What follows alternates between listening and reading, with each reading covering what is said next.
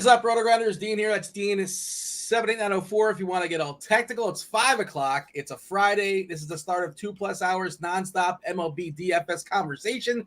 Starting now, baseball is still a thing. Big boy slate going down tonight. 11 game slate. Apologies if I come off a little bit flustered. We just had we lost the Gray Sports Almanac. It was a good run. RIP, the Almanac. You're looking at the background, looks a little different. That's what's going on. And Tim, Tasteful Tides, we learned pre-show that you have also once had a different avatar at one point. We have to move on. We have to move on and just kind of accept life. And, every once in a while, the man's going to step in and tell us what to do. This is what happens when you go corporate. And I'm going to be all right, but I just need a minute. I need a minute. You are going to grieve, Dean. I guarantee it. Not yet, but you will. You will.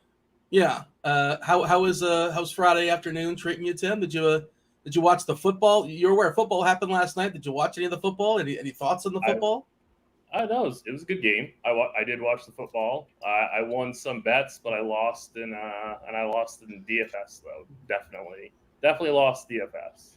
Did you have like Lions money line? What kind of bet did you have out there that you won? I had Lions plus 3.5, and then I had the Mahomes over rushing prop.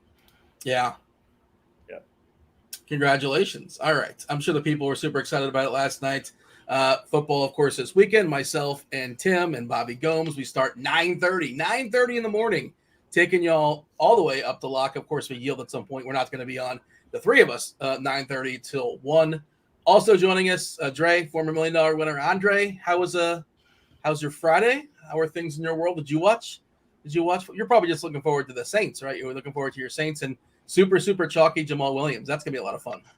Yeah, I got a lot of interesting takes on that. So I can't wait to show Sunday at 12:15 where I'll be on the Live Before Lock show. So can't wait to get into that a lot. But yeah, I'm excited that football's back. I'm just happy. I miss it a lot, honestly. And I was just surprised. I never thought I would say I miss football. But, it's here. I'm glad it's here. Can't wait to hopefully take down some contests and get hopefully a live final seat and hopefully win another million. Let's do it. Yeah, football's gone just long enough for us to miss it, right? It's 6-7 months or whatever it is. It's gone for a while. It's only around for, I guess, 5 months if you include the playoffs or so. But I'm excited to have it back as well.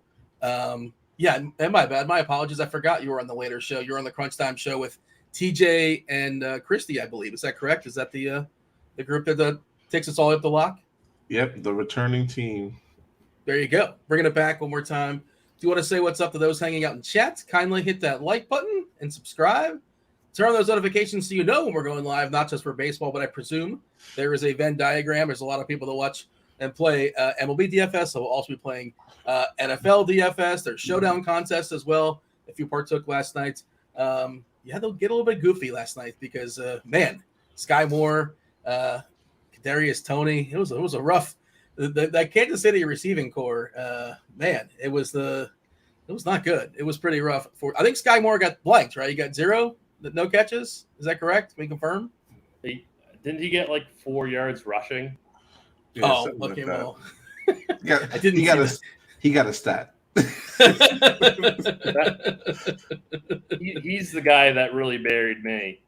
Was Sky. Like that was the end of it for me in DFS. Yeah, I think he got four rushing yards. Jeez, that's good for him in the rushing yards, but the receiving yards are pretty rough. Kadarius Toney, several drops, one that led to a pick six. I was just waiting for remember Tom Brady, Giselle. Like Giselle was so upset that his receivers dropped some balls, and she's like, "Well, he can't throw it and catch it." But like Mahomes' wife is like, she wanted to tweet that out, right? And she would have been justified in doing so, I think, because Mahomes really got jobbed yesterday. But all right, let's talk about tonight's MLB DFS slate. 11 gamer. I was reading the musings. Dave Potts, Jesus good. I was reading his musings today, and he felt the way I felt after digging in. And there's really nothing that clearly stands out on this slate. There's nothing. It's like, wow, I got to get this, and I got to get that, and I have to make sure I have this pitcher. And I have to make sure I have this stack. It's all just kind of the same. Like stack number 1 is basically the same as stack number 5, stack number 6. That's the way I see it. I'm curious if you guys see it the same way. Tim, what is your screenshot when it comes to the slates? Is there something that's very, very clearly standing out to you? Because a lot of the best offenses are facing some of the better pitchers, which makes it a little bit tricky. And like the weaker pitchers are facing weaker offenses. And, the Mets is the team that I landed on as my favorite offense, but like they're not distinctly better than my fifth favorite stack. And favorite's a loose term because I don't love anything. But you tell me, what are you saying? Yeah, I kind of agree with you and Dave. Like this is definitely a spread it out type slate, very tough single entry slate, pretty tough cash game slate too. I think that for pitching, I think Senga is the clear number one for me. Like I really just want to stream pitchers against Minnesota like every single time just because their K rate's so high. But I don't know, like that's by no means a lock, and by no means do you have to agree with me because it's kind of a jumbled mess. I think Kikuchi is very, very interesting on both sites. I think on DraftKings, he's 8,200. I think he's a really, really strong play. And then, guy like Kyle Harrison, he's going to be super, super popular. He's 9,000. We're just getting to like know who this kid is, and he's going to be uber chalk. Like I'm a little bit hesitant on that, even though I know he's got the best possible matchup that you can ask for. But I mean, he's 9,000 on DK. Like we've kind of already anointed him as like this ace, and I don't know if he really is or not. Does he have to be though when he's facing Colorado? Is kind of the question. We know the pedigree's there. He's got the moxie. I don't know if you watched him pitch yet. He's got some moxie. He's got a little swagger to him. And like he's looked electric so far. Biggest K rate so far this season. And again, it's a sample small, just 15 innings, 32.8% as far as the K percent. And that Colorado team, I don't know what adjective you want to use. Like stinky, bad. They're just brutal. They're just completely awful, rancid. It's not good. But he has to be now though, Dean, because he's got to be the chalkiest pitcher, and he's 9,000 on DK. So like, there's no room for any kind of regression or anything like that. Like he has to be the guy. He's not cheap anymore. So I think he should be a little more expensive. But in FanDuel, he's like I think he's 8.6 over there too. He's 8.6. Yeah. But yeah, you're right. I'm buying in. You can tell if you can't hear what I'm saying.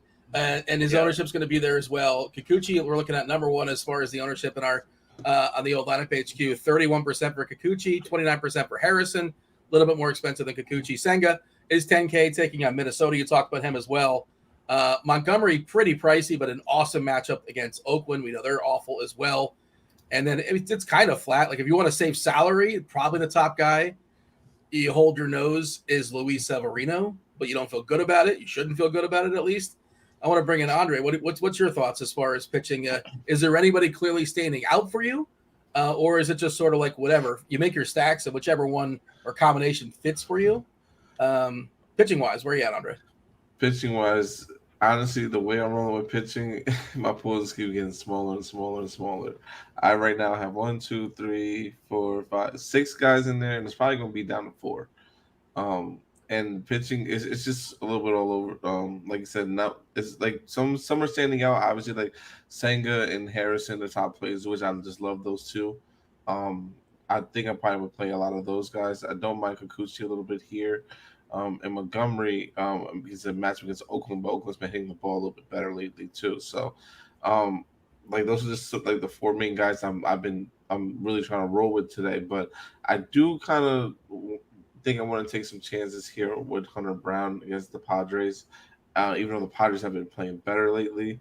Hunter Brown also seemed like he had like a little bit of a rough stretch, but has a little bit of a rough stretch going on right now. Had a good game against Detroit, but not that great against New York. And then previously against Seattle or Miami, didn't show that he was going to pitch well. Well, wasn't pitching well, sorry, I should say. So it's kind of a mixture of things that I want to do. And then the Angels lineup without showing it's like you could go with Logan Allen there, but then and I think that's a great matchup too today. That is going to go highly probably overlooked compared to the other guys because he's at 8-4 on DK. You got Kikuchi at 8-2 and Hunter Brown at 8-6. So with those guys, probably I can see maybe not Brown coming more, but Kikuchi definitely probably going to come in at more higher ownership than Logan Allen. I like that as a pivot a little bit too. I'm so glad that you brought up Logan Allen. I meant to bring him up because he's right around that same price point as Harrison and Kikuchi, and I think that he could very well easily, outscore both of them. So, and he's going to be fraction of the ownership. So I'm really, really glad that you brought him up. I meant to bring him up. I think he's an amazing GPP play today. Mm-hmm. We saw the Angels release their lineup 30 minutes before the game or 40 minutes before the game, and Bobby had a great theory yesterday that they're just jerking people around with Ohtani, right? Like they don't want to tell people he's going to get shut down. I don't know if he is or he isn't, but they keep saying he's day to day. It's important for the gate, right? Well, what else are you going to have? Well, if you're hanging out in SoCal, that's like the only reason to go to the game, I suppose, these days. But we don't know if he's going to be in the lineup, but I assume he's not going to be, and maybe they once again do not release that lineup until late. But spoiler alert, it's going to be bad even if Ohtani's in there. It's just so terrible what the Angels are throwing out these days. I'm trying to think other lineups that they're worth noting. No Joey Gallo today for Minnesota. He officially went on the IL. So you were talking about Senga, Tim. That lineup you want to see Gallo in there obviously because you want the strikeout contestants, but it still has a pretty good bit of Ks in there. Wallner at 32%, Julien leading off at 31%, collectively at 25.1%.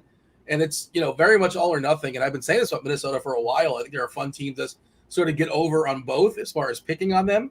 If you're running a bunch of lineups, because there's power. There's a lot of green, right, when it comes to isolated power with Julien, Polanco. Royce Lewis has been like one of the best hitters in baseball for the last month, basically since coming back.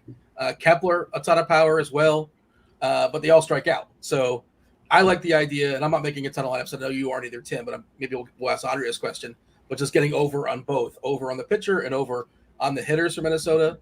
Do you like that lineup to pick on? I guess you do if you like Senga.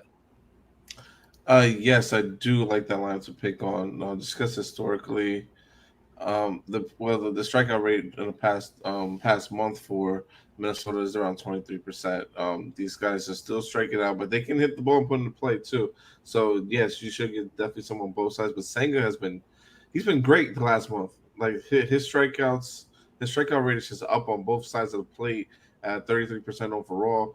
Obviously giving him some fly balls here on both sides as well, but the ground ball percentage at over 50% and a low ISO that you're giving up to me is just so as a recipe that makes me want to play him a lot more. And also, it's not walking that many people like in the past month as he was before, probably a little bit early on in the season. I think that helps out a lot too. It's all going to come down to control for Senga. If he's got as good control, he should dominate this matchup. And if he doesn't, well, then he doesn't, and I'm going to lose single entries tonight. That's for darn sure. So, but yeah, it's going to be, if he can keep the ball in the zone, he has a massive ceiling in this matchup. Yeah. We have the umpire data, and I always kind of give this warning when, on a Friday night or when a bunch of new series are starting. This is what the preliminary umpire stuff is. This does shuffle on occasion. After the series starts, you know exactly where they're going to go. They rotate. But we have just one extreme pitcher umpire. That is for Tanner Houck and Kyle Bradish in Fenway tonight. That will be the Baltimore-Boston game. No other extremes.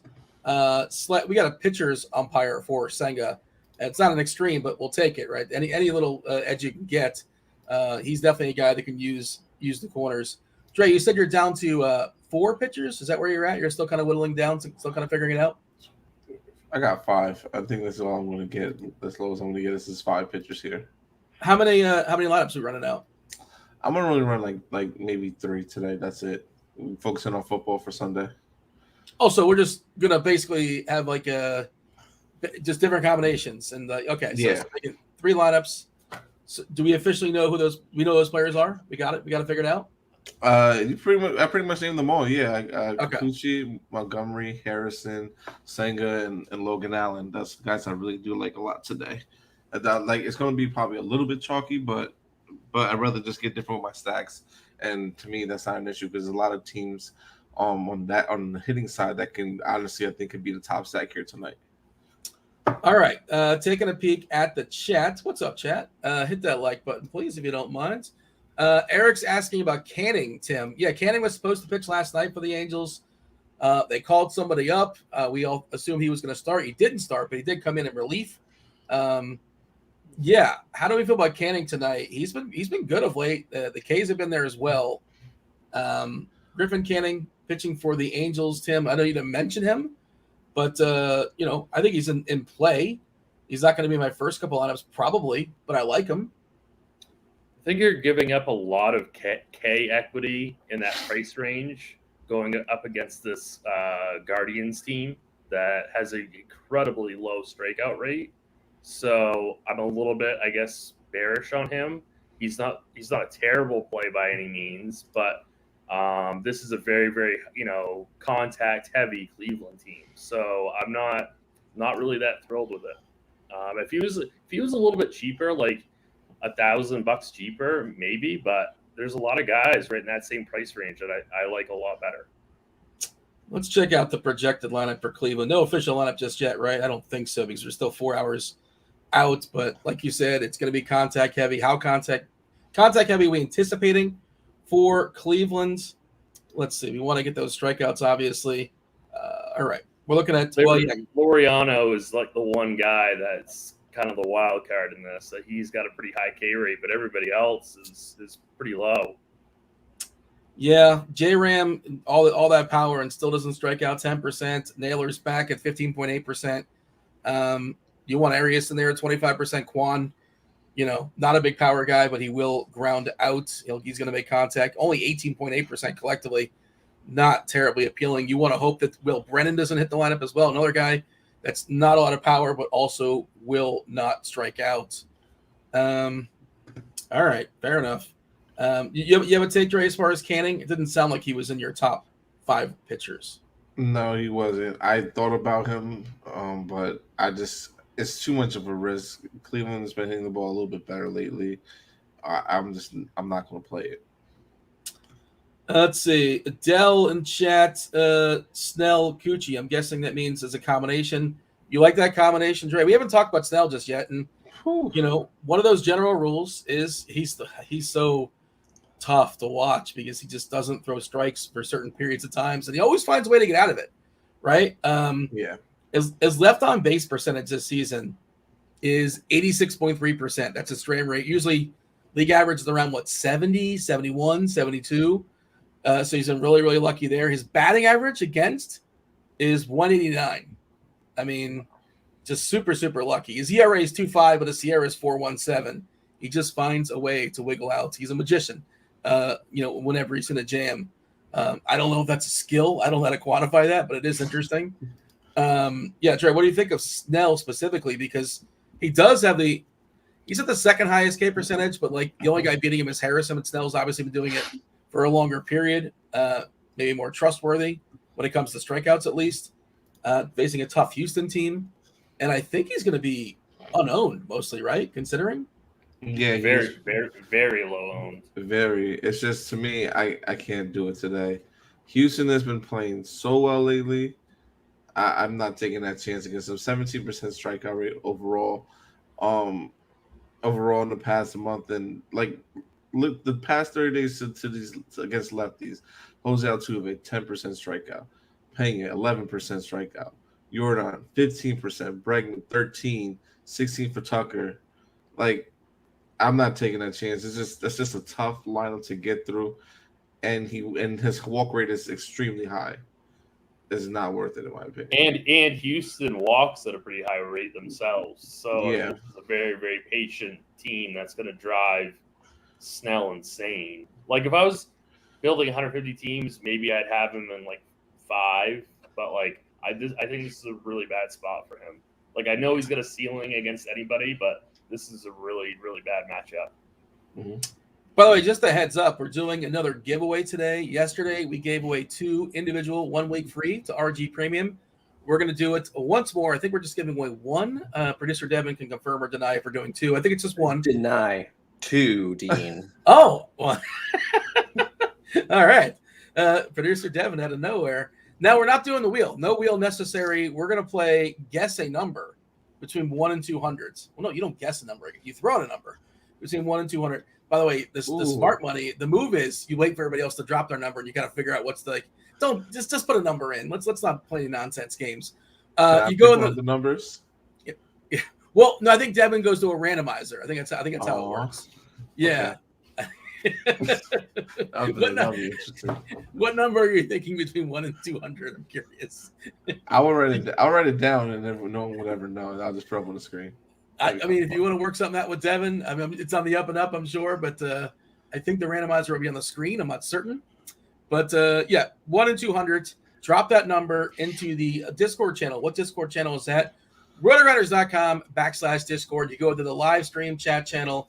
Just one guess. You have one guess. Drop a number between 1 and 200. Oh, this is important. In honor of Bob Barker, it's Price is Right rules. Yeah. So meaning, if you don't know Price is Right, if you weren't like sick and stayed home at school and watched Price is Right, you can't go over. If you go over, it's over. That's it.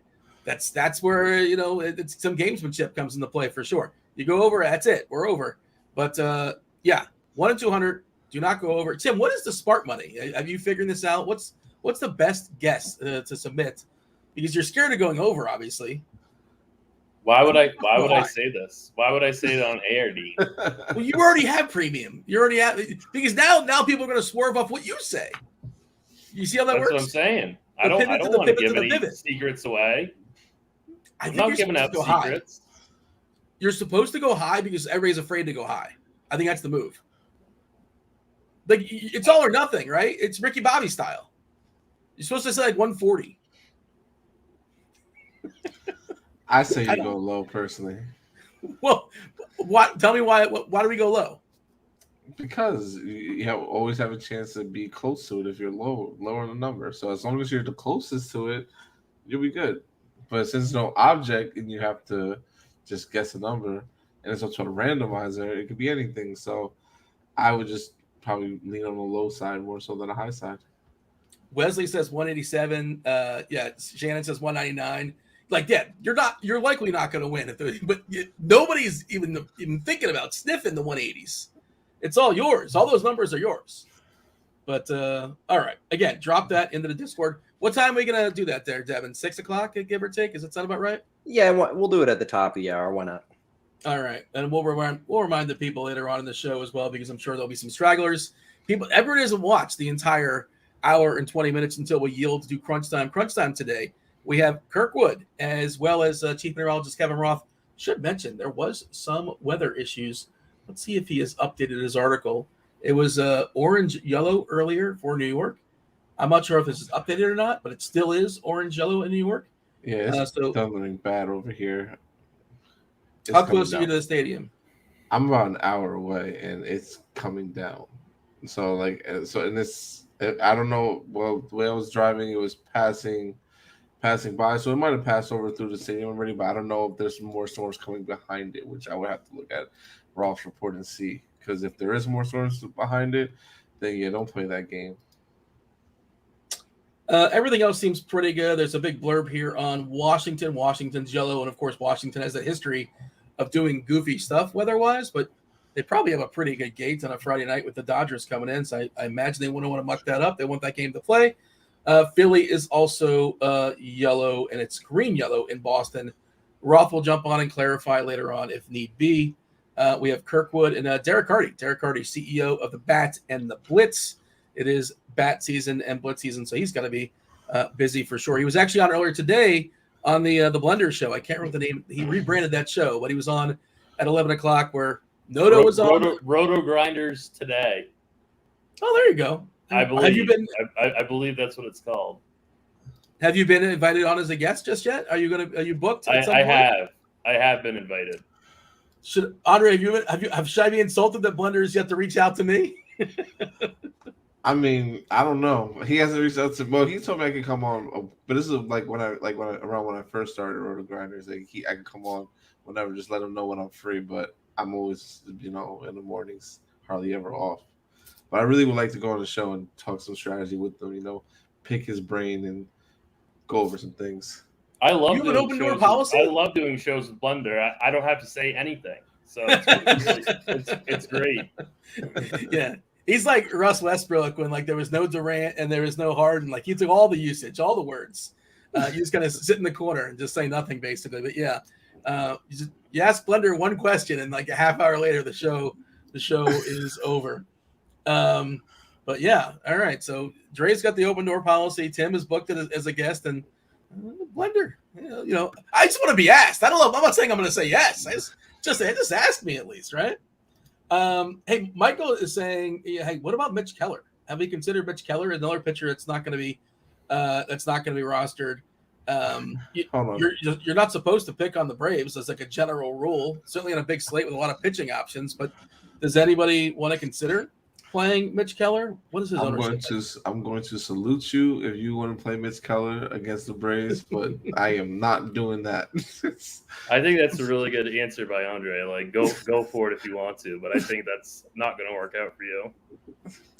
He's 9.7 on FanDuel. I can't imagine how low owned he's going to be.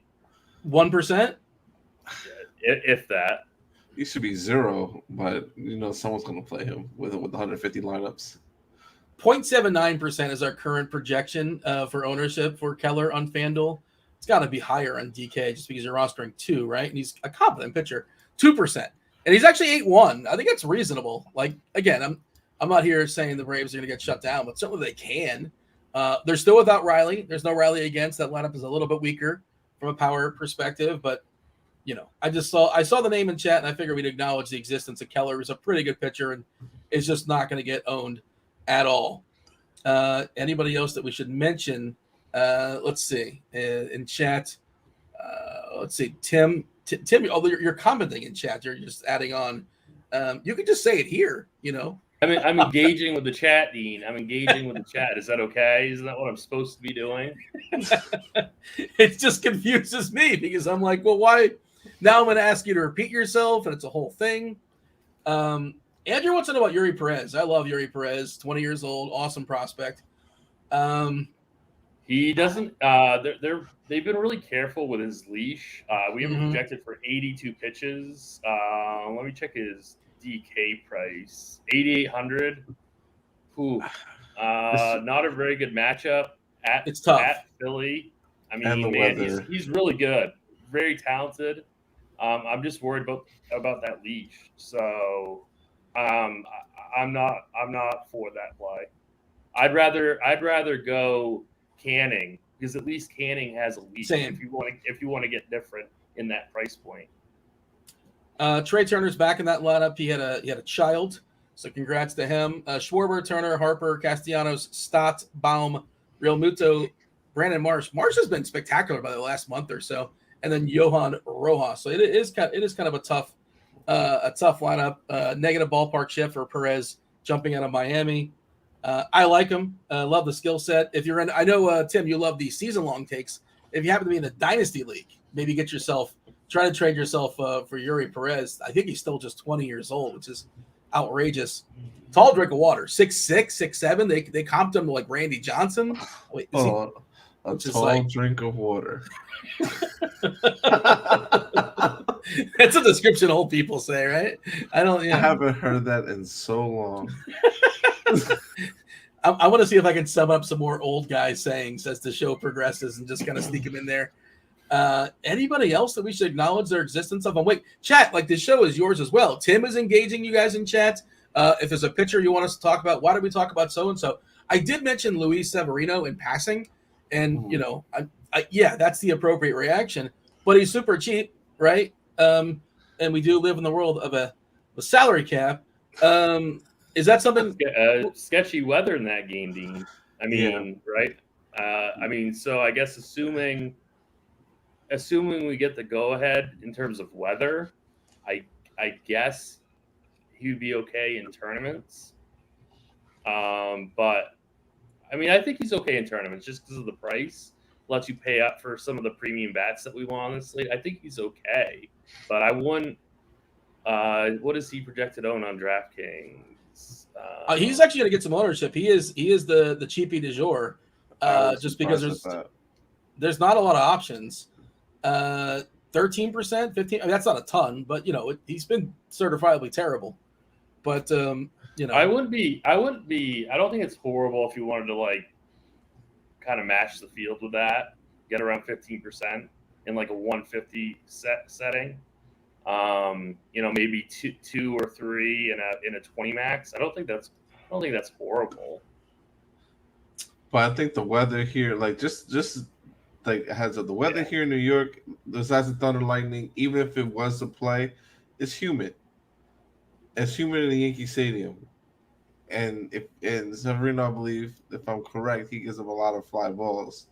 I don't. That's one thing that also scares me about that game, because if it does play, it can be a high scoring game, I think. But if it doesn't play, then we're all good to go. Well, I don't know. I just don't think it's worth it today. I understand how cheap he is, and if he gives you like 10, you're fine in tournaments. But I don't know. I don't know if that's worth the risk, especially with the way the weather. I'm just saying, just from my perspective, because I'm here and I see and I know how it is. And he does give up a lot of line drives and hard hits to left-handed bats. So I mean, could be an interesting spot for Milwaukee too.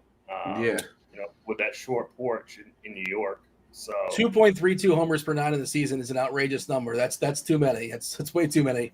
That is the highest in the slate. I'm not counting Kyle Harrison. Kyle Harrison, small sample stuff. In 15 innings, has given up three per 9. But we're going to throw that out. But in 85 innings for Severino, 2.32 homers per 9. The homer to fly ball a little bit goofy, a little bit unlucky at 20.4%. But again, the main pitch for him is just that he's cheap, and just do this, Tim. Right? Start at the bottom and work your way up, and tell me the cheapest pitcher you're willing to roster. Snyder, I assume, is a no. I assume Keuchel's a no. Ty Blach, I guess it's a no, right? Yeah, that's definitely a no. There's Severino. We got Marsh, who we're expecting him to come in after Snyder. Ray in New York, I don't think so. Sheehan? No, I mean, Severino is the cheapest I would go. Mm-hmm. There's no question in my mind about that. I've seen a couple people talk about Keuchel in the chat, and there's no chance. No chance of that. In what context are they talking about him? In what year? When he was a Cy Young winner 17 years ago? Yeah, no, I'm not doing that. So, do you want to guess what Dallas Keuchel's K percent is without looking? I think it's like 8.5%. Well, if you were playing Price is Right rules, you would have just won both Showcase Showdowns, because it's 8.6%. 8.6%. What is the upside? You're just hoping he survives from a BABIP perspective, and he's throwing just junk up there. It's just nonsense when he's throwing at the plate. And the players probably aren't used to what the nonsense he's throwing, but it's he's a ground ball guy, and that's kind of how he gets by, right? The ground balls are still there, over 50% ground balls these days. But come on, why? What are you doing? I know the Mets have been mostly gutless this season. Who is possibly touting? Are they joking? Is it Eric? Is it Eric in chat? Call him out. No. Eric's going 100% Severino tonight. That's what it is. Of course he is. That's Eric's official play. Yeah. All right. Fair enough. Kyle Bradish. Any interest in Bradish? Mr. Richards asking about Kyle Bradish. It's fine. If it wasn't Boston, I would, but I can't. Boston's been playing a little bit better too. I love that game as a whole too. I see offensively, there's a lot of good offenses tonight on the slate that have high potential, a lot of potential. I guess. Let's see. Did somebody show up late? Marlon must have showed up late asking about Kyle Harrison. Harrison's probably my favorite pitcher on this slate, and I know he's a rookie, and we're putting a bit of an expectation on him. But I trust that pedigree. I trust just his skill set versus whatever Colorado's rolling out these days. Also in that great ballpark. I'm going to play Harrison probably as my number one pitcher. and it didn't sound like you guys were necessarily on board. It was on like I think Dean, like in cash games, just because of the matchup, Harrison is fine. I'm just concerned that his ownership is going to get really, really steamed. That's my only. Obviously, it's a great spot.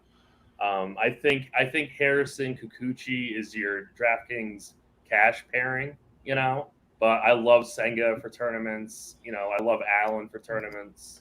So I mean, I just don't think like Harrison is like an absolute must. Yeah, I did run a bunch of optimals, quote unquote optimals. I added some variants. Harrison basically hit my threshold, right? I didn't want to give 100%. 69% Harrison. I don't know why I picked 69 as my threshold, but I guess I did. Just a random number, 1 to 200. Kikuchi at 32% and Senga at 32%. Montgomery 28. So yeah, it's just two of those three guys. Tim, Dre, what's your final thoughts as far as Harrison? I think he's in your 4 or 5 options. Yes, definitely. I like him today a lot. So I'm gonna be like, if I was like running 100 lineups, I always build like I'm building 150 lineups. So I would easily be double the field on him. Like him and Senga double the field on, and so Logan Allen as well. I'll probably be under on Montgomery, or at the field with Montgomery and Kikuchi. That's my other pitcher in my player pool. I'm still trying to figure out what I want to do with that. I'm not 100% sure with the way I gotta look more into depth with Kansas City to see how much I really want to play Kikuchi today or not. I just pulled up our. Go ahead. I'm sorry. Finish your thought. No, I was just saying because I just like Harrison, Senga, and Allen a lot more right now. Pulled up the consensus rankings. Myself and Kirkwood, who's going to be on Crunch Time in 35 minutes, as well as SDL Cards and Dave Potts. Jesus, good. Consensus-wise, we have Senga first, then Harrison, then Kikuchi, then Montgomery, then Canning, Brown, Allen, Snell, Uri Perez. A little head nod to Luis Severino, and Kyle Bradish is on the board as well. I saw this question, I think, the other day, and I think he's asking it again. Tim, this is a good question for you. Scott wants to know, FanDuel 3X. I guess that's like a 3X contest. Would you build a GPP style lineup or a cash style lineup, or maybe it's like a cash plus, like one of those, like just a little twist, or how would you build that? Would you kind of build that kind of like a single entry type, some chalk, but a little off the chalk too? I've never played a 3X contest on FanDuel, so I'm not really sure what's the optimal strategy. I would assume it'd be like a blend, kind of like single entry, right? I mean, have you ever played a 3X, Dean?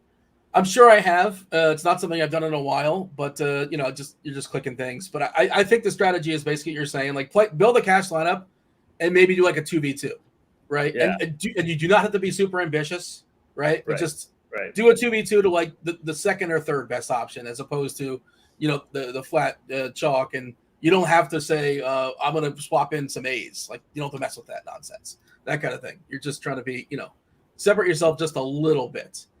Dre, do you have any experience with that? I feel like you're more of a tournament guy and you don't mess with that kind of world. Yeah, I'm definitely more tournament. I don't play that at all. All right, one more time. Let's remind the people we're giving away a week free of RG Premium. Check that. 2 weeks, 2 individual weeks free of RG Premium. How would you go about getting that? And by the way, that's not just for baseball. It's all the sports. Think of any sport. Football, baseball, basketball, CSGO, PGA. I'm using the term sport loosely with CSGO for sure. Tennis, I believe we have tennis content. Anything with the exception of NASCAR. NASCAR is a la carte. The lineup HQ tools, anything at your leisure you can use for the next week. If you happen to win this, how do you win it? You go to RotoGrinders.com/Discord. Go into the live stream chat room and just put a number between 1 and 200. There's going to be a random number generator. You are the closest to the pin without going over. You will get yourself a week free of RG Premium. Go there now. And if you're not aware, we mention this all the time. If you're not aware, Discord channel, mostly all the channels now are free. Several, you have to be a premium member. Just have an RG account. You can have a free account, whatever account you happen to have, a paid account. You can hang out and chat with us and talk baseball and talk football in the individual rooms. There's a couple of rooms that are still premium, but for the most part, it is all opened up now. give me the summary here, Tim. When it comes to pitchers, we're going to talk stacks in just a second. And I know we've talked about this throughout the show. You've said it several times, but people are sprinkling in, right? Give me the summary. How are we attacking arms tonight? Yeah, so Harrison is going to be the cash game chalk option on both sites. I have absolutely no issue with anybody playing him. I just think he's going to be very, very highly owned. Same thing with Kikuchi. He's probably going to be the SB2 cash guy on DraftKings. I'm fine if you want to play him on FanDuel also. Senga is my favorite, tournament pitcher on both sites. I just love the strikeout matchup for him against Minnesota. Logan Allen, I think, is a really strong tournament pivot. It's kind of in a similar price range as both Kikuchi and Harrison. So I think he makes for just a strong price point pivot. And then I guess Severino is like your punt guy on DK. What would you like to add to that, Dre? I pretty much kind of agree with him and everything. I definitely do, actually. I'm going to just be over the field on Harrison, Senga, and Logan Allen. I think those are, to me, my top 3 plays in that order. As far as Harrison, Senga, then Allen, and then fourth would be Kikuchi, and then Montgomery would be last. That's whom I'm playing tonight, and that's like rounds out my top 5. I'll be over the field on my first 3 for sure. Probably at the field, like I said before, on Montgomery and Kikuchi. I'll probably be at the field, not a little bit lower.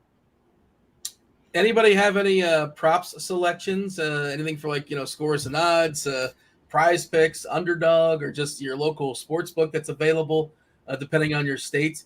But I'm logging in the scores and odds now, and I realized I reset all my passwords, and it's such a process to get back in. It's a whole thing, Tim. So I was going to pull it up on the fly. I was curious what Keichel's over-under is for K's tonight. Probably like 2.5. What sounds like a reason? I would assume 2.5. Yeah, I know we have that in HQ I was looking at Pete Alonso's home run odds. What is it? Plus 400 on FanDuel, plus 420 at DK. So I think that's decent. I think that's pretty good. Yeah. Yeah. You got anything, Dre? Is there? I know you like to have your $1 million parlay. Are we unleashing that today? Is that going to happen? Have you thought of one? I actually have not thought about doing $1 million parlay today. Just been focusing on DFS, but if I had to prop a prop that I do like, I'm trying to look at him in strikeouts. He's supposed to get what he's projected for.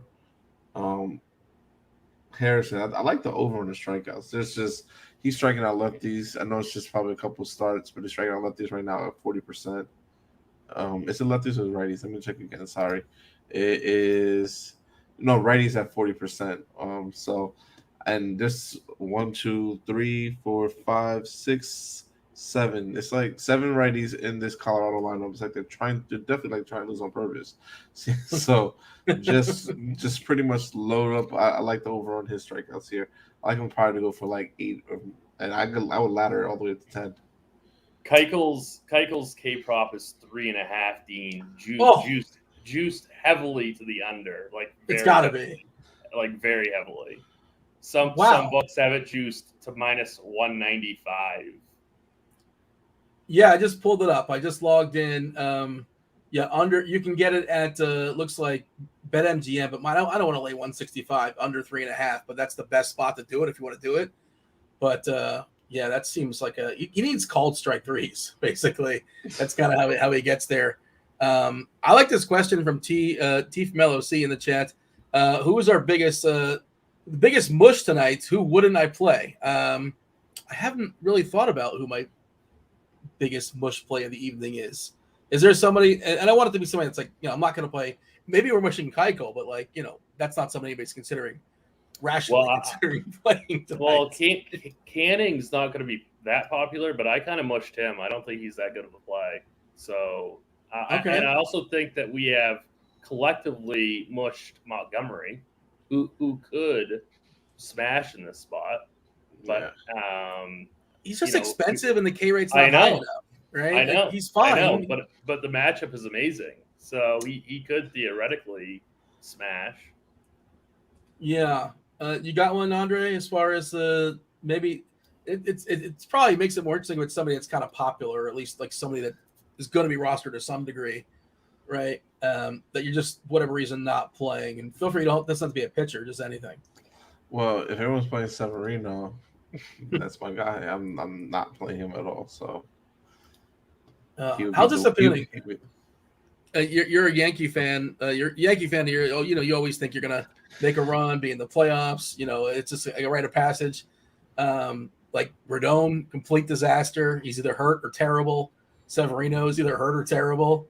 I guess you just can't wait for the season to get over, right? Judge was hurt for chunks of the season as well. Yeah, I really can't wait for it to be over. Like, I think I was just like, because I grew up in the Bronx, so I was around the time, especially in the 90s, during the golden era of the Yankees, where they had the dynasty and their run. You get spoiled with that. And then now it's just like, what are we doing? Did you have a favorite guy amongst that? Jeter, I guess, is the chalk, I suppose, right? Bernie, Jeter. Jeter's your guy? Jeter's my guy. Yeah.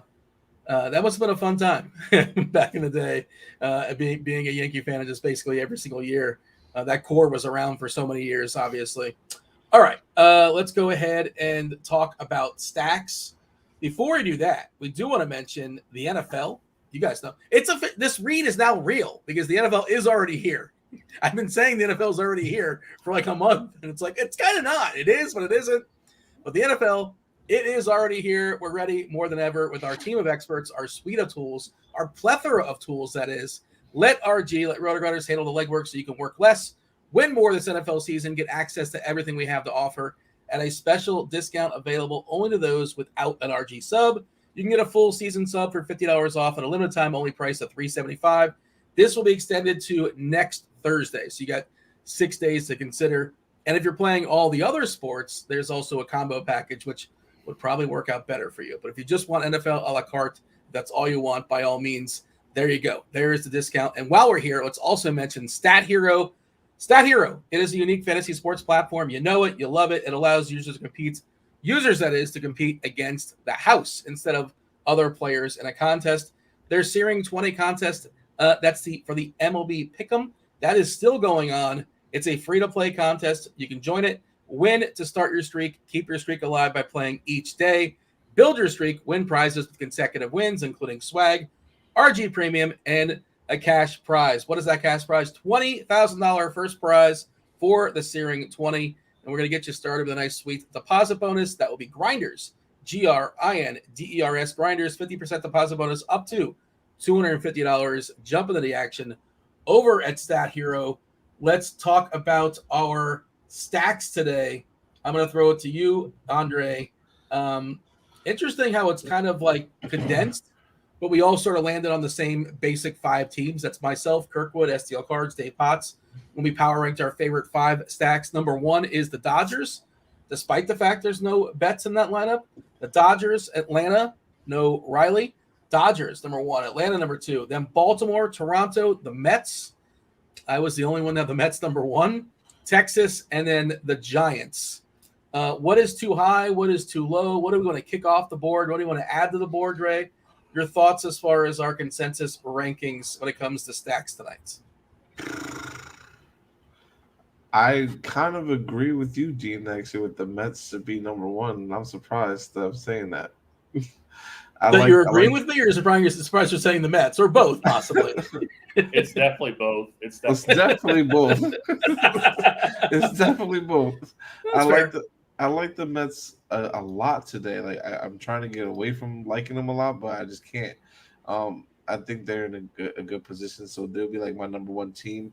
And to me, like 2 through 5 or like 6, like I think those are like the iffy spots. Like there's a lot of teams I think on the slate that can be really well. Baltimore probably is probably number 2 for me. Will probably would be the highlight and be the logical number 2 for me here. But I do like I like the other side of the game with as far as Boston as well. I do like the Dodgers. I like the Atlanta. I like both sides of the Houston-San Diego game. So like those teams are all like to me jumbled up right there, where in the mix where I could say they could either be 2 to 6 or 7. What do you have here, Tim? As far as stacks, are you also shocked that you might agree with me as far as the Mets, or are you like, no, I've already mushed them and I had these mush abilities, and now you're going to go the other direction? And again, I made it clear. Like, I don't think the Mets are the clear and obvious stack. I think 1 through 6 is basically the same. It's super, super close. There's no offense I love today, but you got to pick somebody. You can't rank them like 5, 5, 5. It doesn't work that way. Tim, your thoughts when it comes to the stacks?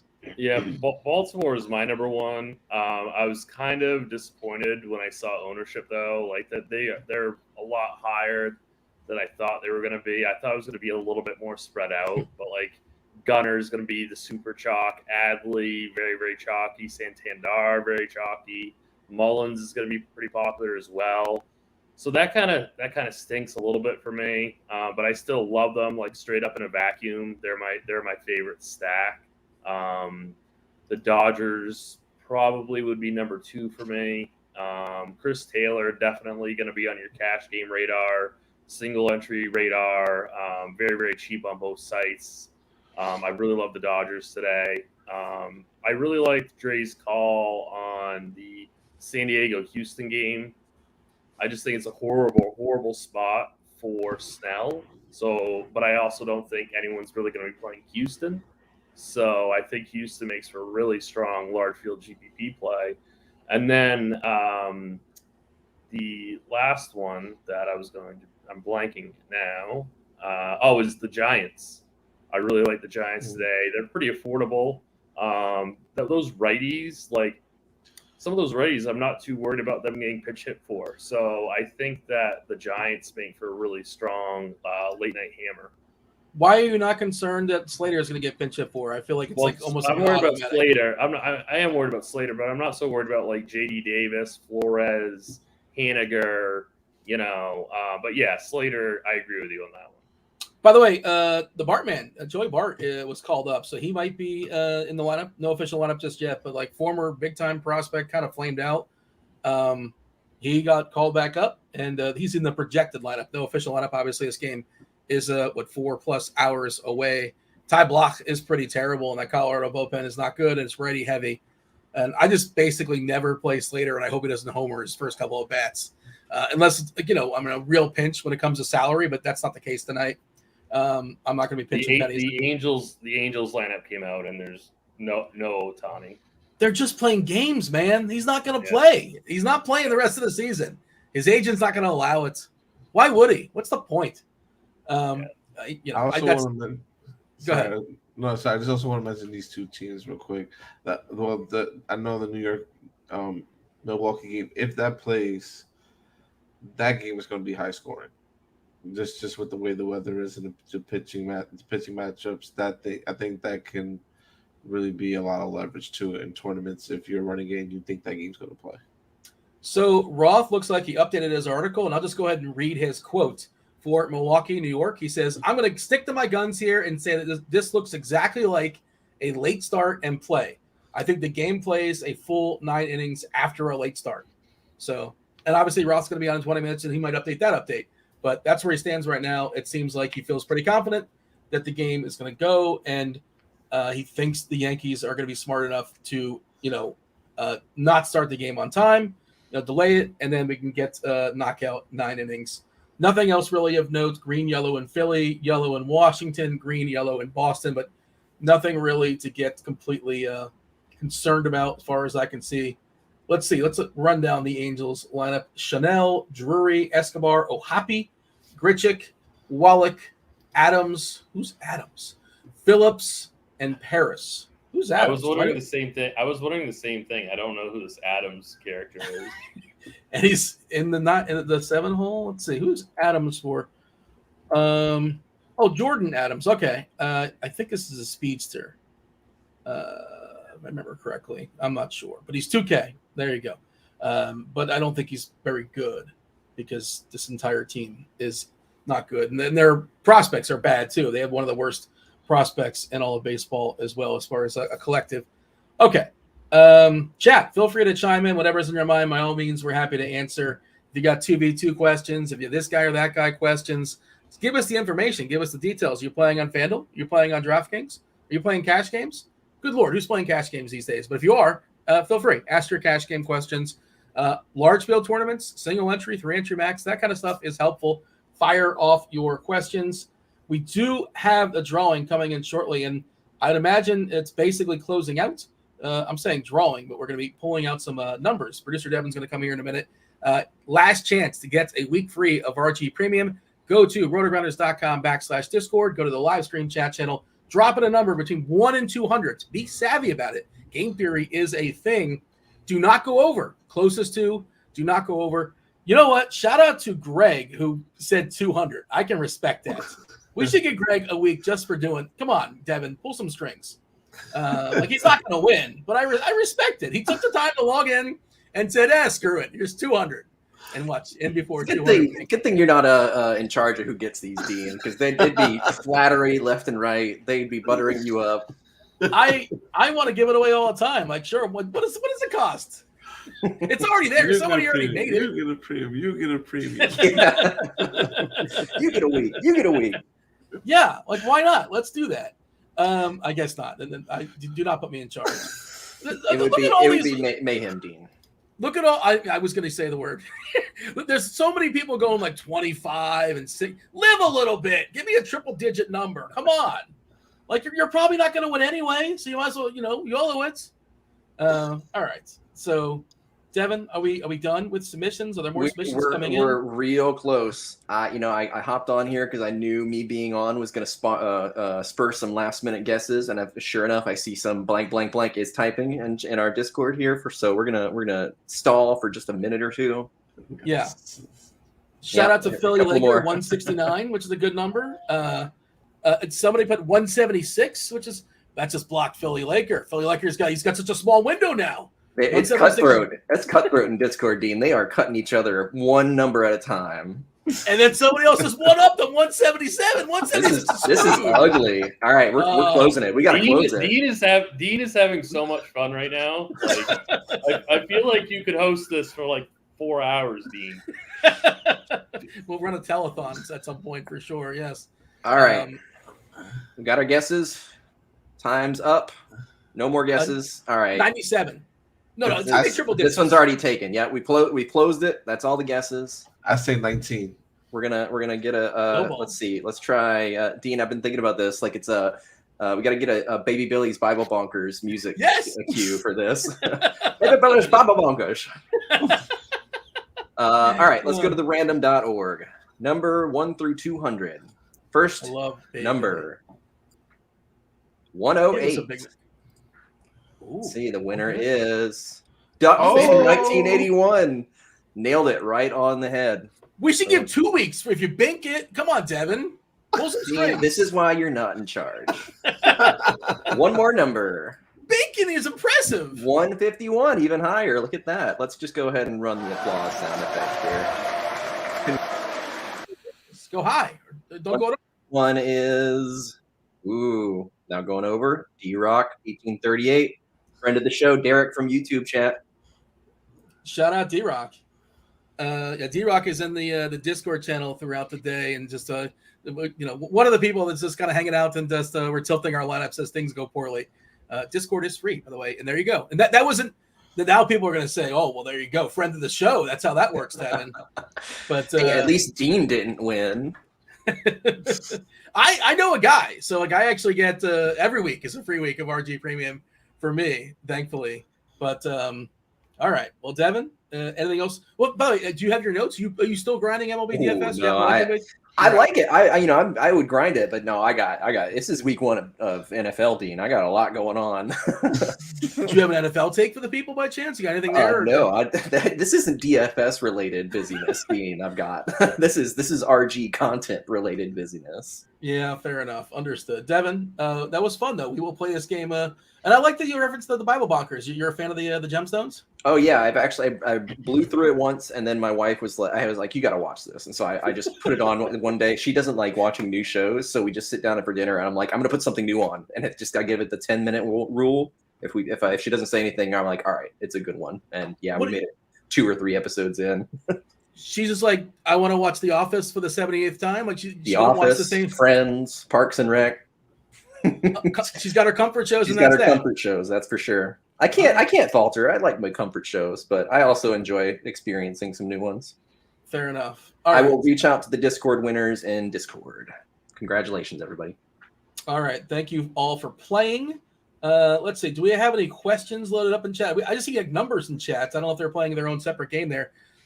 Tim, Eric wants to know Pittsburgh stack. I don't think we've discussed Pittsburgh at all, but I don't think we're rostering Elder. You like Pittsburgh? No, not really. I don't have any interest in Pittsburgh. I think they're a good secondary stack.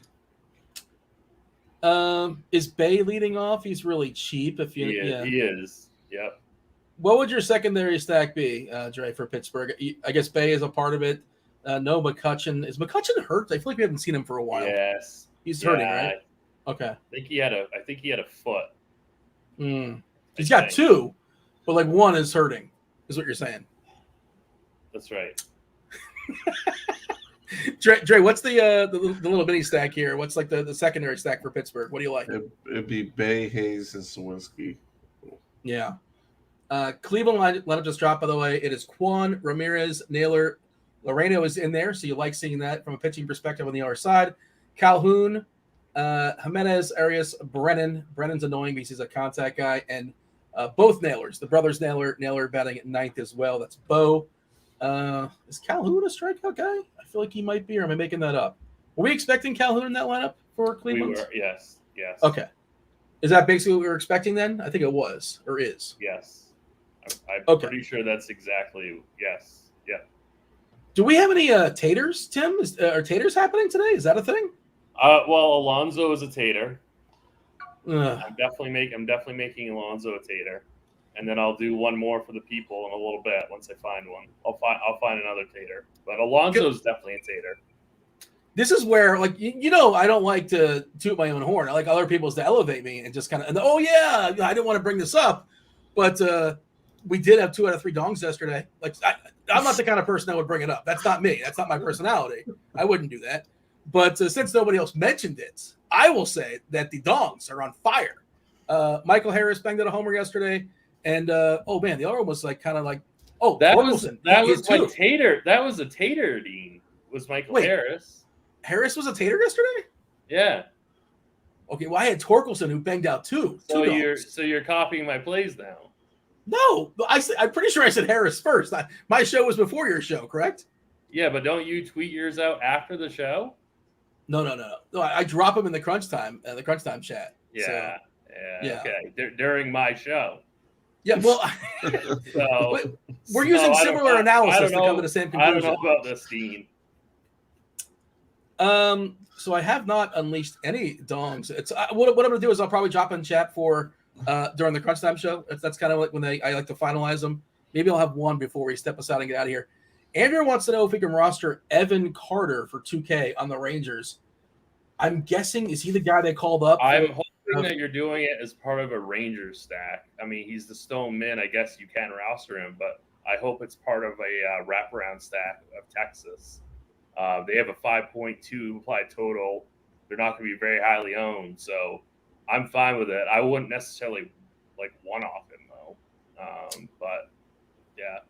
He's one of their bigger prospects. He's a big prospect in baseball, at least according to Fangraphs. He was a second-ranked prospect for Texas, 21 years old, the 32nd ranked overall prospect. That might have been at the start of the season for what it's worth. He's got more speed than power, but there is some power. In Double-A this year, he had 12 homers and stole 22 bases.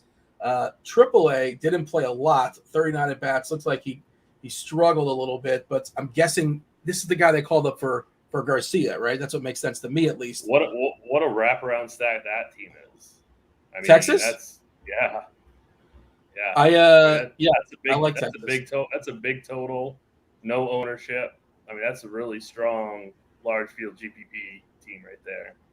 And we're not afraid of Paul Blackburn, and that bullpen stinks. Right. Semion's on fire. Revenge game, number 16 for Marcus Semien. Very angry he's no longer in Oakland. Seager's spectacular. Both catchers are solid. I guess I would give a slight lean to Garver. I'm pretty sure Blackburn is reverse splitsy. I just like Garver a little bit more than Heim, but he'll probably be a tick more popular as well. You got anything on that, Dre, as far as Texas? They do have a team total above 5.22. Is that the highest? That's got to be one of the highest totals on the board. It's not the highest. Not the highest. It's up there. Atlanta's 5.5. Atlanta, Baltimore, and the Dodgers all have higher totals than Texas. Toronto also 5.5. Bichette is back, by the way. Should note that. I don't mind Texas. I'm just not getting a lot of them. I don't mind it though. And Dodgers, I know we kind of talked about it in passing. Taylor leading off.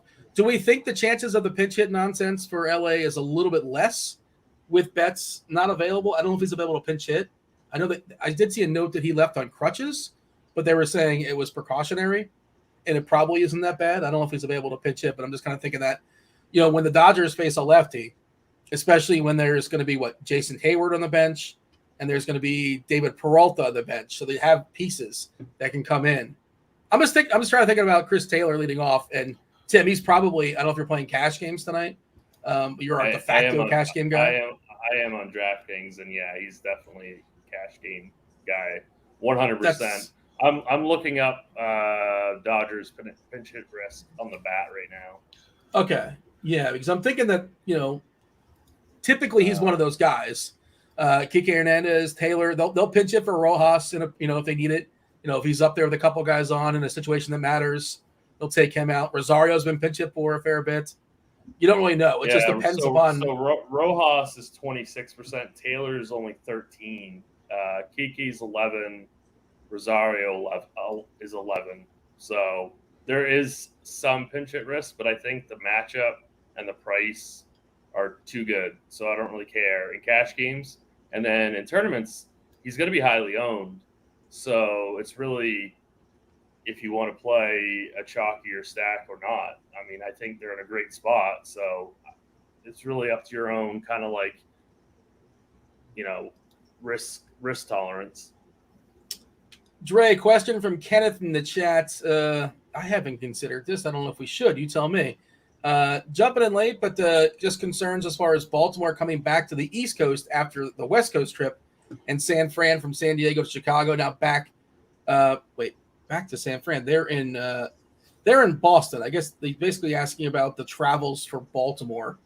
It's not something I considered. If you like Baltimore, play Baltimore. But do you think that's a thing tonight potentially? No, I don't think so. I don't consider that when I'm looking at these lineups. They're professionals. They've been doing this for years. Yeah, and they're comfortable. They're not on like that diarrhea plane. It's a. I was just gonna say that they don't fly coach, So. But you had to take it a step further, Dean. Oh my goodness! You saw the video. Don't lie. You clicked on it. I saw the video. I saw the video. Yeah. You're a sicko. You're like, I gotta see this. And then you immediately. We all didn't believe it. We have to be honest. We did not think that was real. I did not think that was no way this happened. And the entire. Entire plane. Oh, that's terrible. I feel so. It's an awful situation. I can't wait. Who stars in the made-for-TV movie when that diarrhea plane comes out in 2025, starring like Vin Diesel or something? I don't know who's. Do we know who stars in that? Have they signed anybody yet? Vin Diesel. Oh my goodness. Well, he's the hero. He's not the guy with diarrhea.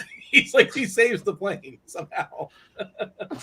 Liam Neeson's got to be available, right? Probably. That sounds like a Liam Neeson movie. He's done at least one plane movie. All right. Chat, let me know who stars in that movie now. Wesley Snipes. He was. There you go. Passenger 57. Matt Damon is what Devin is suggesting in chat. Sure. Sam Jackson. Sure. Yeah, I got to get these. Wait, what's the line he would say? Oh, we can't pronounce it on air, but no. But there will be some words. We got to replace snakes with something else. And all right, what's happening? The show is officially gone off the rails. I blame Tim for this for sure. Kirkwood saying Snoop Dogg. He was on that high. It's called Soul Plane. Soul Plane. Yeah, there you go. I was getting there. It took me a while to get there, but there you go. Thank you. I needed a lifeline. But he's definitely not. It wouldn't be his first time for a plane movie as well. Are there any baseball questions? Because we have is it Kirkwood coming in? I believe it's Kirkwood as well as DerekCarty. DerekCarty, CEO of the Bat and the Blitz. You have Kevin Roth, Chief Meteorologist Kevin Roth as well coming in. Again, his weather update has been updated. His weather article has been updated, and we're feeling he feels pretty good. It seems like for New York. He'll give you the verbal confirmation when he comes on in a few minutes for crunch time. I'm searching for questions, and now we're just talking about soul plane and things of that sort.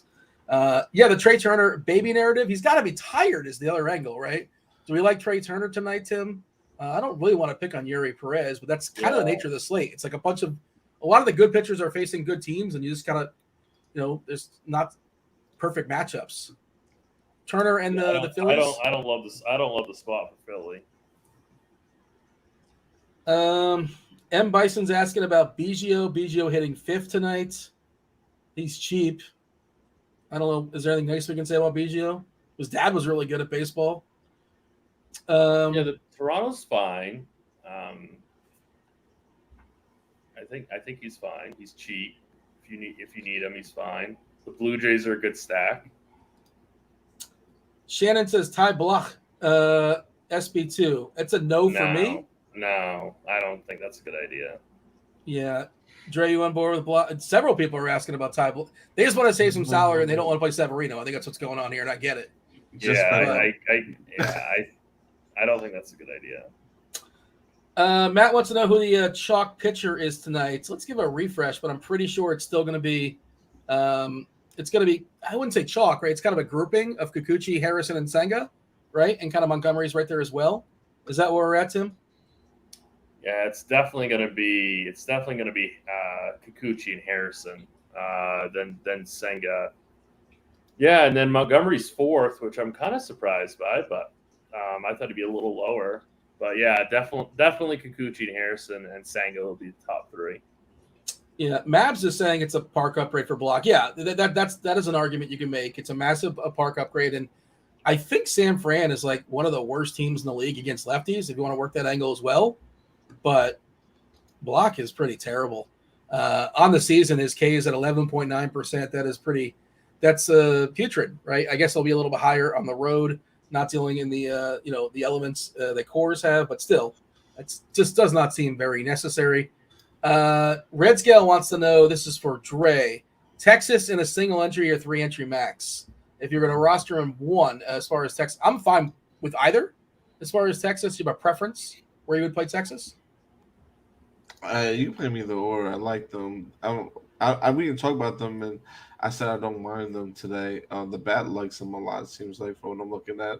So, yeah, I think they're a good play that's not going to really be played a lot of.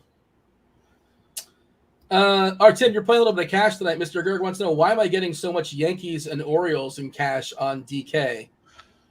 Is that what we're getting? We're getting a lot of Yankees and Orioles in cash? Definitely a lot of Orioles. Not Yankees. I mean, not for me. I'm getting more Dodgers and Orioles in cash. Yeah. 2 more before we bring in crunch time. Dre, we got Bosbra wants to know about thoughts as far as Sanchez. I assume that's Jonathan Sanchez throwing baseballs tonight for the Phillies. No. Christopher Sanchez. Jonathan Sanchez is long gone, I think. Yeah, Did I say Jonathan Sanchez? Oh boy. Yeah. I know who you meant, but no. Thank you. Definitely don't roster Jonathan Sanchez or Gary Sanchez for that matter. And is there any Sanchez in play tonight? What's up, Carty? How are things? I watched your show earlier today with Blender. You survived it. It's always fun to see the two of you guys banter back and forth because you both come at things so differently. Welcome to Crunch Time. Thank you very much. I'm excited. It was a lot of fun with Blender. It's football season. Things are good. Hey, since you're here, since we can ask you, the Blitz show, is that back, and is it going to be on Saturday? Is it going to be tomorrow? Yep, the Blitz show is back. Me, Alex Dunlap, Will Priester, Chief Justice. We're recording, I think, tomorrow at noon, so it should be out, sometime not too long after that, 1:30, 2 o'clock, I would think. Do we know if that is premium or non-premium? It seems like some years if it is, you some have years it isn't. premium, or if you premium. I'm pretty sure it's only if you have premium or the blitz, but I'm not positive. That's correct. Okay. There you go. Producer Devin chiming in as well. Roth, what's going on? I feel like it's been a pretty breezy week for you as far as making calls when it comes to weather. Has it been that way, or am I just making that up? There hasn't been a lot of close calls when it comes to rain, at least in the main slates, unless I missed something. No. Kind of the last couple of weeks, we've gotten into a pretty quiet weather pattern, and I was hoping we could stretch that out to the end of the season, but no such luck. Well, yeah, tonight you have a little bit of a conundrum, but it seems like you're pretty confident, at least according to your article. We'll talk about that in just a second. But We got anything else, boys, before we step aside and make way for crunch time? Dre, Tim, anything we should acknowledge, anything we should mention before we bring in, we let the crunch time crew take it home? I'll see you on Sunday, bright and early, Dean. Oh, I'm going to be cranky. Yeah, 9:30 in the morning. I got to set the alarm for sure. We're talking football. I'm excited to talk football, but I'm still going to be a little bit cranky because I'm going to be on no sleep. 9:30 all the way up to 1 o'clock. This is why you hit the like. This is why you subscribe. This is why you turn on the notifications. You get that ding at 9:30 that we're going live. Myself, Tim, Bobby Gomes, Squirrel Patrol, Eric Beinfor, Dre, TJ, Christy, from 9:30 all the way up to 1 o'clock. Yeah, so Discovery channel, hit the like button, subscribe, notifications, all the things. Anything else? I think we're good. Let's yield to crunch time. It is Chief Meteorologist Kevin Roth. You got the Juggalo bombs from Kirkwood. I'm going to drop the dongs. Dean's dongs will be coming in the chat. We'll make sure to knock that out as well. And we have DerekCarty, CEO of the Bat and the Blitz in his Blitz season. Roth, take it away. He said Dean's dongs like so seriously that it just made me laugh. It made me laugh too. I couldn't help it. Yeah. I don't know. It just like as if that's a serious thing, but it is. We do want your home run calls. We do not want your dong. Hey, what is up, everybody? Welcome to it. This is Crunch Time, sponsored by FanDuel. Two of the sharpest minds in the biz. Joining me today, we got my guy DerekCarty, the creator and mentor of the Bat and the Blitz. Carty, how you doing? I'm doing pretty good. We got baseball, football, both going on. I'm on show number 4 today. It's been a long week, but it's a fun one.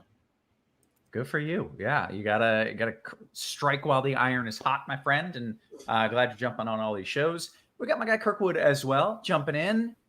Did you play any Showdown? And were you a donkey like me who had all the Skymore and Tony? I did not. I played Showdown last night, and you won. Yeah, but not on DraftKings, on Yahoo. It's a different ball game over there, but it's a nice sturdy paycheck every slate. But so it got me psyched for football. I'm in cram mode. I got a lot going on. We've got to record the pod after this with Noto, who I'm so psyched to have on our show with Bobby Gomes. And then we've got UFC tomorrow, which I love, and football on Sunday. So I'm excited not to have a show on Sunday morning, and just to be able to really play some hard DFS this Sunday. Figure out how to win a milli, right? Gotta lock in and win that milli. Carter, did you say you did well in Showdown last night, or no? You did the same. I didn't play because I don't play Showdown, but Blitz subscribers did extremely well. At least one of them chopped the milli on DraftKings. Son of a bitch. Won like I am a $100,000. Blitz subscriber. I didn't realize that there was Showdown. I didn't realize I could do that. You see, I am a fool. I'll need to pick your brain on how to work that entirely. But hey, we're here to talk a little baseball, ladies and gentlemen. So let's dive right into that. Dean kind of mentioned off the top, we do have some slight weather concerns. I think any minute we could get a late start announcement in New York if they haven't already done so. I think the game is going to play regardless of any late start announcement. The rain is clearing. Let's see if it's clear yet. It's still raining in New York, but it's clearing in the next 20 minutes. Pull tarp, warm up, maybe a 30-minute late start. The game should be fine. I don't expect an in-game delay after that. The game where we could see an in-game delay, or at least where we're most likely to, is Washington. So I'm curious, Carty, if this is a game we want pitchers. I don't think you have to have pitchers in Washington. No. Yeah. Okay, great. It's dry right now in Washington. Someone said it's overcast here. It's dry right now, and there's storms just west. models are popping a few more storms somewhere around the ballpark. It doesn't mean it will go over the ballpark, but it certainly is a chance. I can't rule that out. Outside of that, I don't really think there's much weather that I need to get into. So just be aware. Late start in New York, chance for a delay in Washington. Everything else looks pretty good. Let's dive into the slate. Let's talk about some of these pitchers, Carty, if you wouldn't mind kind of leading us off here. We have a really exciting pitcher slate today on a scale of like fine to pretty okay. We have 5 pitchers today at the top of the board, so I'm pretty excited about that. Oh, that is really quite the endorsement here. Yeah, well, I mean, I'm looking at the prices here. That they're expensive. That does not mean that they're good, huh? No, it doesn't. They're even the most expensive guys really aren't even that much in the mix. It's just that kind of slate where like the best pitchers aren't in great spots and there aren't a lot of great pitchers. And so it's kind of just a whole bunch of guys that are okay. Well, that top the 5 excels in those spots. So yeah, it does. Especially because it's not afraid to be different or to, just play a cheap gross one.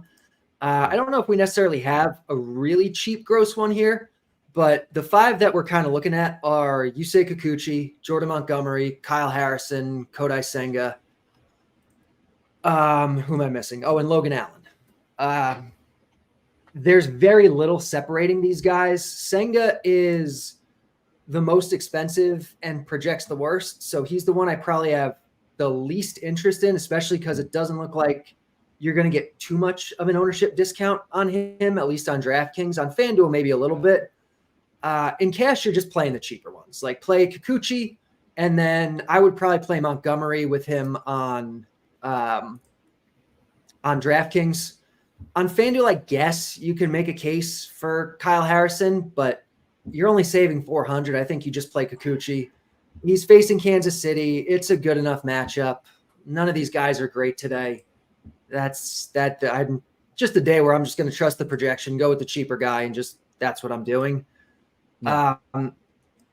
In tournaments, once you get beyond those 5, there's really not even that much to like. You can do, I guess, like the Luis Severino thing on DraftKings for 5.5K. Like it's fine on a slate like this. If nobody really breaks out and Severino gives you even 15 points, like that could be enough. You get the right hitting with him, but other than that, it's a bad pitching slate. Okay, well then let's figure out how Kirkwood wants to handle that bad pitching in some GPPs. What's your strategy here? Do you have that kind of same grouping of 5 dudes that are acceptable to you? Yeah, I do. This is a pretty fun slate actually for pitching. I agree with Carty on Kikuchi is probably going to be the chalk just because of his price point. He saves you money at 8.2. He gets Kansas City, like you said, it's a good matchup. I am more interested in Senga. Senga has the strikeout stuff. He's 29% strikeout rate.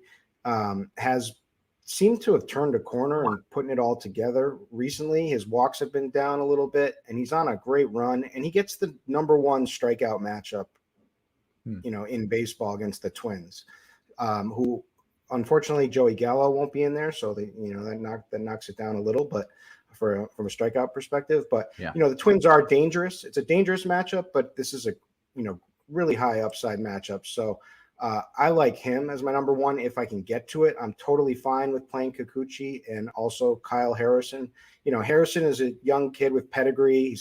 He's a lefty. Has a really deceptive arm angle that makes, he's kind of like Andrew Haney. It's guys that have really good strikeout stuff when they're on with a deceptive low arm angle. So, and he gets the best matchup there is in baseball. Colorado strikes out the most against left-handed pitching.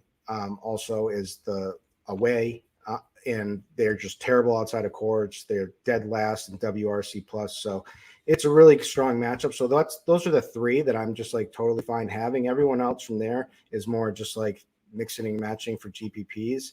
I guess it's funny that no one Blake Snell, Cy Young candidate Blake Snell, is not going to be played much, extremely low owned because he's more expensive and he's facing Houston. But when Blake Snell's on, he's on. It doesn't matter who he's playing. So I think you have to play him in GPPs tonight. And then maybe one more guy would be like Yuri Perez, but they don't give him a long enough leash, and it might get worse going forward from here because we're getting towards the end of the season. But that's my pool. Okay, very good. I do want to get your stacks from you, but first, note this show is sponsored by FanDuel. Make sure you're signing up for the FanDuel Sportsbook if you're in a legal sports betting state. Take advantage of their awesome bonus offer. New customers bet $5, get $200 in bonus bets, plus $100 off NFL Sunday Ticket. Pretty cool little deal there, topical with NFL starting. Terms and conditions do apply. Make sure you take advantage of that. Kirkwood, let's discuss what we're doing here as far as stacks go. I don't know if I'm just out of the loop today. I have no idea like what the chalk is or what's good. Yeah, so everything is all there is no clear runaway bat spot, right? Maybe There's like a lot of pretty good bat spots. So there's the Dodgers, first of all, who are in Washington, which is a great park to play in.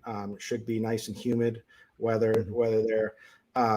Mackenzie Gore is probably their best pitcher. Doesn't really matter. This is the Dodgers, so I think they have to come in at number one. I personally like Baltimore the best against my Red Sox here in Boston. It is disgustingly muggy and humid. It's so humid.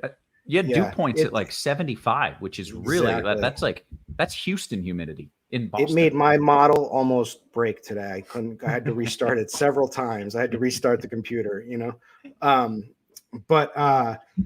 so I like Baltimore a lot, especially the lefties. Hawk has like ridiculously bad numbers to the lefties. He's a 381 Robo, 268 ISO to left-handed batters. It's Gunnar Henderson time. It's Tony Taters, Anthony Santander. It's Cedric Mullins is like my favorite because he's down at 6th in the order. He's my favorite bat on the slate because he's kind of hidden there.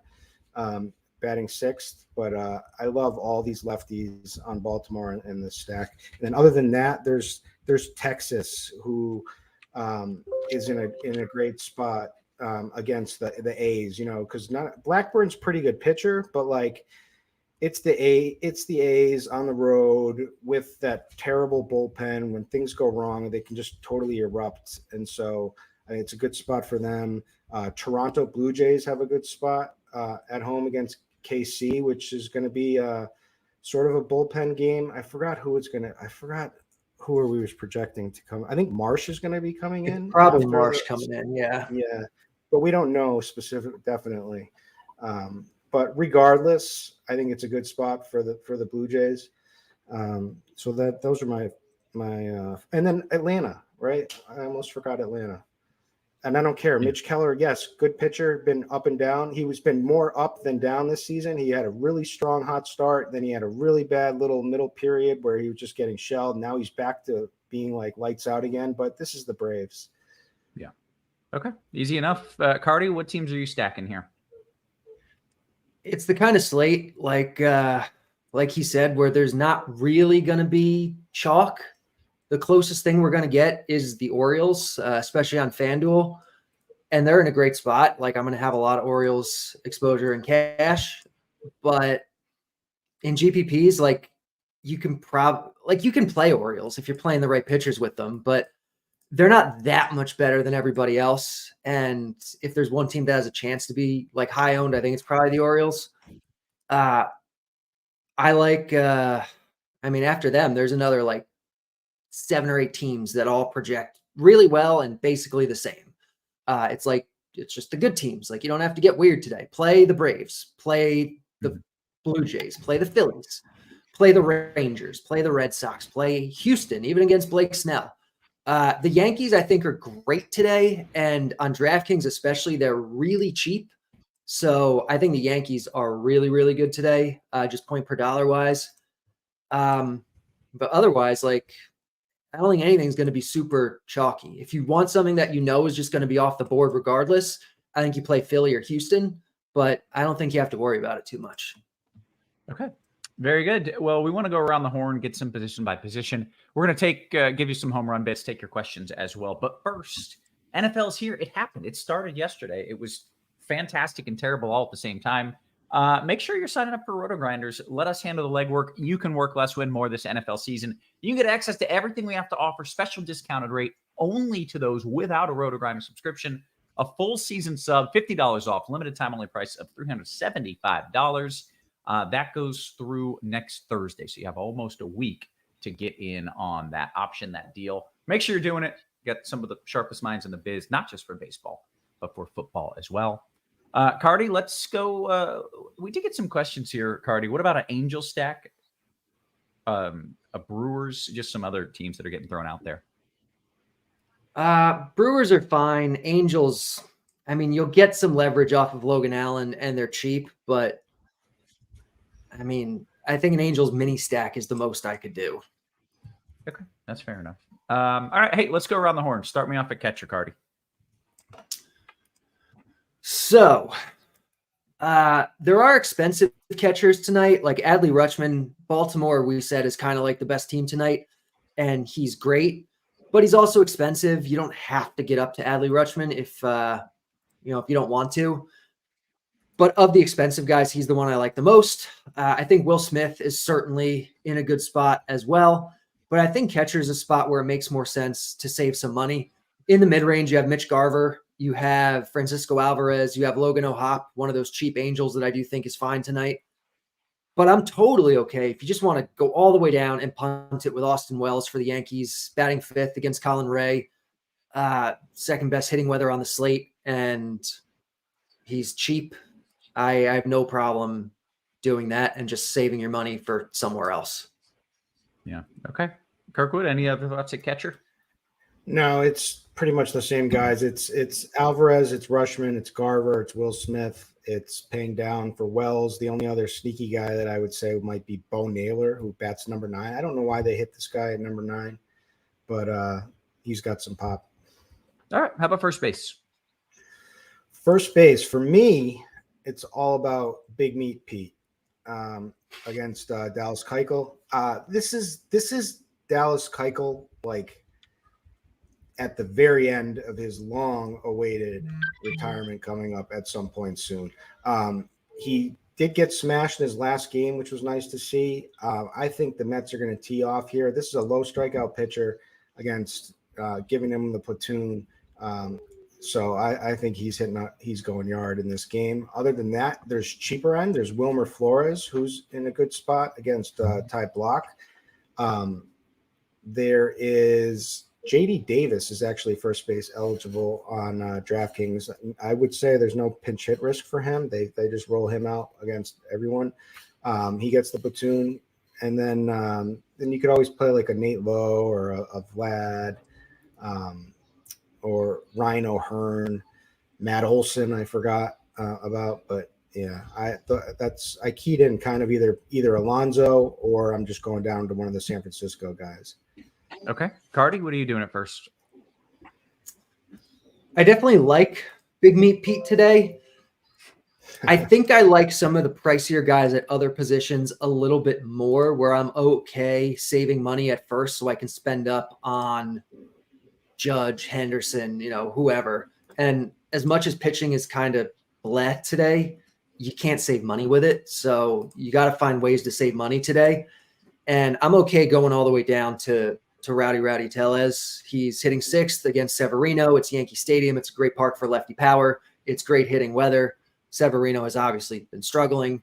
So if you just want to punt it with him, totally fine with me. If you're not going to punt it, though, I do think you probably find a way up to Alonso or Ryan O'Hearn, who was mentioned at 3-3, is fine. Over on FanDuel, though, it's a little bit different story, where Vladimir Guerrero Jr. is 500 less than Alonso and all the other expensive guys, basically. But he actually projects the same or better than all of them, because he's going to be facing probably Alec Marsh, who's really not very good, and he's way too cheap for who he is as a hitter. So I really like Vlad. I like Anthony Santander, who is first base eligible on FanDuel in addition to Outfield.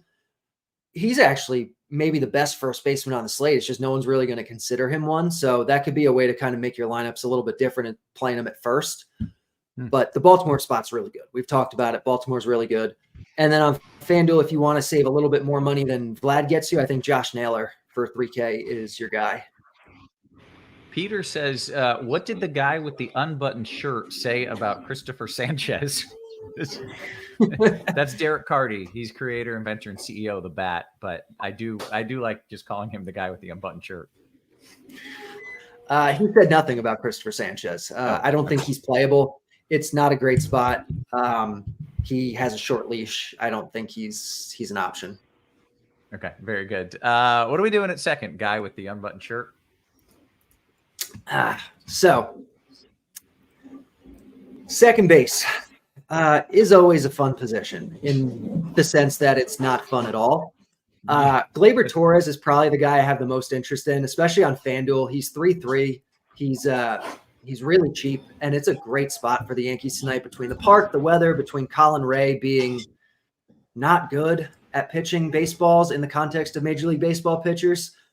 On DK, even at 4.6K, I don't have a problem with that. I think he's probably still the guy. If you want to save money, you do have Ji-Hwan Bae for 3K. You have Oswaldo Peraza in the same lineup as Torres for 2.8. And then on FanDuel, you have Trevor Story, who's 2.8K in this great situation in Boston. It's the best park. It's the best weather. Bradish isn't a bad pitcher, and Story's hitting 7th, but he's really cheap. And so playing him is good. If you're spending up, you have Semien, you have Altuve, you have Albies, but I think their price points are not for me. Okay, very good. Kirkwood, what are you doing in a second? Yeah, this is where I tend to save money with either Bay or Biggio. But I have a sneaky stolen base call. I think Gleyber Torres is a sneaky stolen base tonight against Ray. He's pretty easy to steal on. And I like him anyway, batting cleanup. But other than that, everyone that Carty said, and I don't know if you mentioned Rosario at all for 4K. He's okay. Yeah, I got some. There was a question in the chat about him, so I'm glad you brought that. It's just a fine play. Yeah, the Torres thing. I mean, really good. The Torres thing's a really good call with the stolen base potential there. The bat has that as a 99th percentile stolen base matchup, like one of the best possible tonight. So that's one of the reasons I like the Yankees. But that's a really good thing to mention. I forgot it. Okay. Anything else you want to bring up at second, or are you going to kick us to third, Kirkwood? Yeah, let's go over to third. Third base, Gunnar Henderson, but also that he's my favorite play at third or shortstop. Doesn't matter. You can save some money here. You can go down to Jake Berger for home run upside against Sanchez, the pitcher that Carty did not the guy with the unbuttoned shirt did not mention. Mark Vientos is 2,200, who's just a complete punt if you want to do that from the Mets. You know, if you like your overall lineup, if you need to save some money. Third base typically isn't the spot to save money on, but you know, you can get creative. I love JD Davis in that mid range for a home run. I think the San Francisco is in a really good spot against Block and the Rockies bullpen. So I like that. We're talking about Baltimore, but on the other side in this weather is Devers, 5,600 batting second. He's going to be extremely low owned tonight. So like him a lot. And yeah, that's it for me. Okay, very good. How about Carty? Your thoughts at third? I agree with Gunnar Henderson and Devers as the top guys tonight. I think Jose Ramirez is right there with them and potentially not going to get as much attention. So Henderson's the guy you're going to play in cash, whether it's at third or at short. Jake Berger, I agree, is the guy to go down and save some money with. It's a great spot, hitting third in Philly, great weather, platoon advantage against a mediocre lefty. So I don't have a lot of different thoughts. Chris Taylor on FanDuel for 2.6 as your cheap guy. And that's kind of it. Okay, I think that takes us to shortstop. What do we got? Corey Seager and, once again, Gunnar Henderson are kind of your top options along with Bobby Witt. Henderson, again, going to be the one that I imagine will pick up the most ownership here. And whether you're playing him at third or at short, I probably like him more at short on DraftKings and third on FanDuel. Because on FanDuel, you have Trevor Story, who we mentioned at second. You have him at shortstop eligible also. You have Chris Taylor, who we mentioned before, also eligible at shortstop as ways to save some money. You have CJ Abrams leading off. You have Bo Bichette for $3K. So you have a lot of cheaper options on FanDuel at shortstop that you don't necessarily have on DraftKings. On DraftKings, the closest thing we have to a cheap option that's viable, at least, is like Anthony Volpe against Colin Ray, which I do like great stolen base spot. Again, great weather, mediocre pitcher, below average pitcher, bad pitcher, whatever you want to call him. And yeah, so that's my rundown. Okay, very nice. Carty, we got a question from Jose in the chat who says, who's got the pitcher's umpire? So while I get Kirkwood's thoughts on shortstop, would you mind looking up, if there's an extreme pitcher's ump or extreme hitters for us? Yeah, best pitcher's umpire tonight is in that Boston game, but I still think that game is the offensive factors outweigh the pitcher's umpire. The best extreme hitters umpire is not on the slate. Yeah, that's kind of the only really extreme one on the slate. Okay, excellent. Appreciate that. Kirk, what are we doing at shortstop? Yeah, we're doing the same that Carty said, but Gunnar Henderson is the key guy. Volpe, like I said, like the stolen base matchup, he's one of the other Yankees that could snag a bag. I don't know if Carty mentioned Lindor, but I like him a lot. He's just kind of saves you some money off of Henderson or Seager if you need to. Provides just as much upside. CJ Abrams, been stealing a lot of bags. He's had some pop lately too, as well. 4,800. Trying to see if we can find a pure punt. No pure punt, but Willie Adames against Severino, who's just, we'll find out right in the beginning if Severino has anything or not, but he's been just throwing stuff right down the middle, right into the barrels of bats. So you got to play for some home runs against him, and Willie Adames is a way to do that. Okay, very good. You get the honor, sir, of bringing us into the outfield, so tell me what we're doing. Okay, my favorite play probably on the slate is Tony Taters, Anthony Santander, 4,500 batting third in this Boston game. Ronald Acuna, obviously, if you can fit him, he's great. I bet him to steal a bag tonight. Also, Michael Harris is batting seventh, got a little bit better lineup spot than typically. He's usually batting number 9 now that Albies is back. But I like I said before, I like Cedric Mullins a lot. I think he's my sneaky favorite. He's a juggalo bomb, number 1. Aaron Judge, Chris Taylor is batting leadoff for the Dodgers. He's going to be extremely chalky, but he's a clear cash play tonight. He's only 3,300 in the outfield. And I'll say Christian Yelich as well, attacking Severino.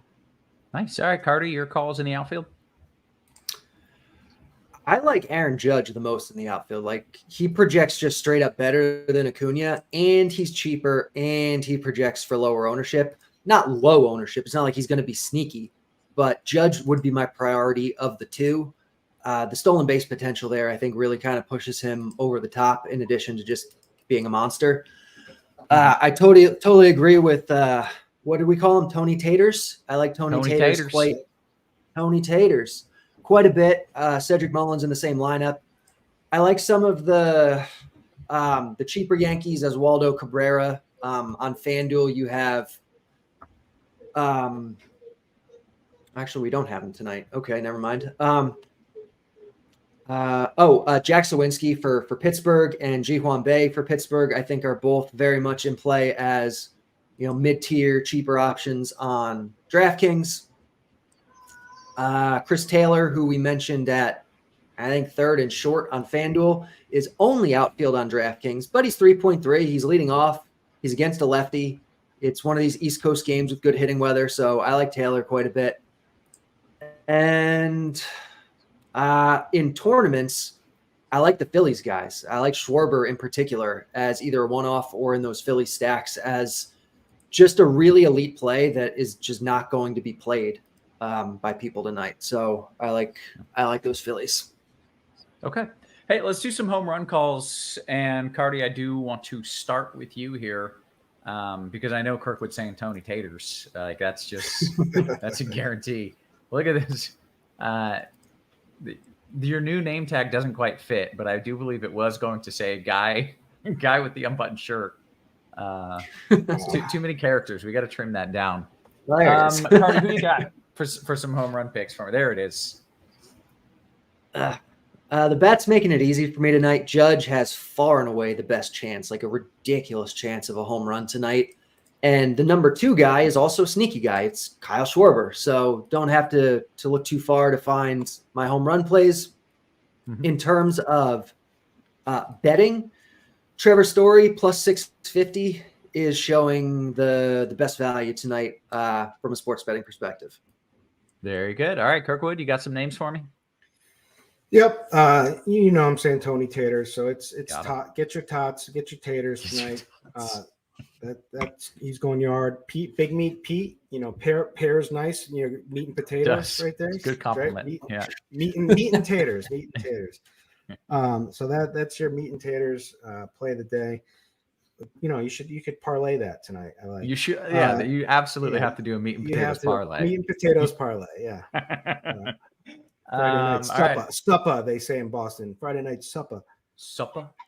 That's isn't that the worst supper? The worst thing I've ever heard. It's pretty annoying, but I think the worst is Carty's pronunciation of tournament. Every tournament or however they say tournament in New Jersey is just. You understand that there's an O. It's not TU. It's not tournament. It's tournament. Tournament. It's literally how every time you say it. Like, cringe. OU doesn't make an us sound. It makes my favorite Cartyism is watered down lineup. Yeah. It's a watered down lineup. Whatever. Just because you guys don't have to speak properly. I've never even noticed this, Carty. Oh, in you got to defense, listen. His tournament and water is epic. All right, let's get to some QQs. Let's do that. We got about 15 minutes here. See what we got. Scrolling up just a little bit. Who is this is an important question from Tom. Who is Tony Taters? Kirkwood, we should probably clear that up. Anthony Santander. That's a good point. Let's see what I got one more bomb, but it's a play that Carty already mentioned. I had it written down. Jack Sawinski to go. Sawinski. Okay, well that fits well because I was just about to take this question here from Alan. Oh, Yankees game is officially late started by 15 minutes. That makes me correct. I was worried they were just going to start it on time. I was going to look like a jackass for talking about the late start. You've had a hell of a season this year I haven't even been, there's been no hating. I can't hate on anything. Dialed in, man. I don't know what it is, but it's been a good year. All right. Oh, the question was, sorry. Alan says Tony Taters. I'm sorry. God. Alan says Sawinski or Rooker as a one-off in a DK GPP. Sawinski. Okay, very good. Carty Monte says, any love for Chas McCormick against Snell? I think the Astros are good tonight and won't be owned. That being said, Chas McCormick is probably not my go-to from that lineup. Yeah. Okay. Kenny says, Carty, who do you like, Vlad or Matt Olson on FanDuel? I like Vlad. I'll take the savings. I think they project basically the same. Save me $700 or whatever it is. Yeah. Okay. For what it's worth, that question was actually directed at Kirkwood, and he says always Olson. So we got a fight there. We got to fight. Hey, Carty, where are you at in Jersey, if you don't mind? Don't get too specific. We don't know these people, Carty. I'm in Jersey. Yeah, I'm not going to say exactly where I'm from. Sorry, guys. There's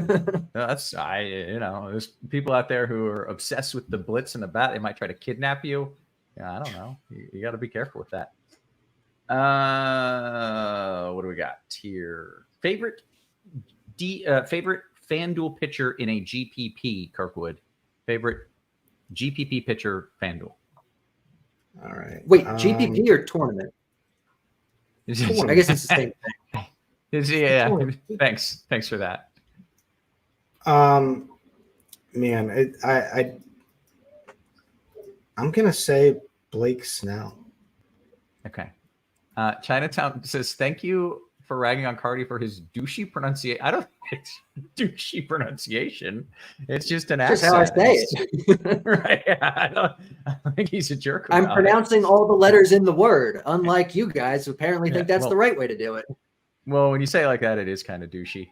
All right, Kirkwood, back to you. NC Big Hurt says, FanDuel single entry, 2,800 left in the util. What do you got? Sorry, you said FanDuel single entry? FanDuel single entry in the util. He's got 2,800 left. Who is your favorite guy at that option, that price range? Oh boy. Let's see. Well, if you don't single entry, I mean the best play is Chris Taylor, but he's going to be real chalky, and it is the utility. So I'm going to say Wilmer Flores. Okay. Cheyenne says, hey, I just showed up and dropped my like. Is the New York game safe or should I avoid it? That's what I do. I let you know. It's safe. You should have been hanging out with us the whole time, but it's totally fine. At the start of the show, I said there's probably going to be a late start and you shouldn't freak out. The game is fine. The game is still fine. Don't worry about the New York game. DK Cash Carty, ball pen drawing says Alonso and Escobar versus Abrams and Chris Taylor. Carty. It's probably the Alonso one for me. Okay, great. Carty, right back to you. For Scott here, he says, your favorite FanDuel GPP stack, if you like Baltimore Dodgers, Baltimore Atlanta, or Dodgers Atlanta? I mean, Baltimore is, I think, the best one. I would do Baltimore Philly, honestly. But I guess Baltimore Atlanta, if that was one of the choices of those, would be my choice. Yeah. Okay. I don't think Baltimore is going to be like sneaky though. So just find a way to be different in that lineup somewhere. Gotcha. All right. We Major says, Kirkwood, any interest in a Red Sox stack in FanDuel? We talked about those dew points. Yeah, for sure. Definitely. And you could just tell by the show that, everyone's keen in on Baltimore. No one's really talking about the Red Sox. And I am just placing my meat and taters parlay right now. So good. Can we get that in scores and odds? Like we gotta blast that out to the people, man. The meat and taters parlay. It pays out. I didn't check. I only did DraftKings. I don't have time to look, so I'm probably getting screwed here. I bet 100 to win 20 or to pay out 24.15. I love just the balls on just being able to do that last minute. Like that's fantastic, and I really hope that hits for you because that is phenomenal. Here's an important question from Nuke. He says, is there an equivalent, Carty, of the bat for NFL? That'd be a good idea. Yes, there is. It's called the Blitz. Blitz members are stacking the Bills high after last night, already getting the season off on a hot start, and looking forward to a good weekend here. Very good. All right. Excellent. Tom says, DK Cash, Carty, best outfielder, 6,200 or below. He's already got Tony Taters and Taylor. So I feel like that's enough money for almost anybody, right? Almost. And probably not Judge. I'd love if you had an extra 300 to get up to Judge. Yeah. Right. If you don't, it's probably like Fernando Tatis, but I don't really consider him a cash play. Like I'd rather spend on a cheaper guy there and then put that money to a different position. Yeah, that makes sense. All right. Another cash question. So, Carty, right back to you here. Eddie Rosario or Josh Bell in the flex? I don't think either is cash viable. Like neither one is on my radar. Maybe Bell, but I don't love it. Okay. Snowfighter, Kirkwood, best cheap catcher in a DK GPP. Who's your punt catcher today? It's Austin Wells. Nice. All right.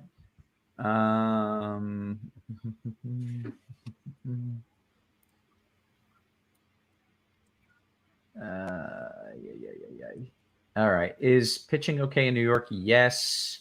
The weather is not going to be a problem there.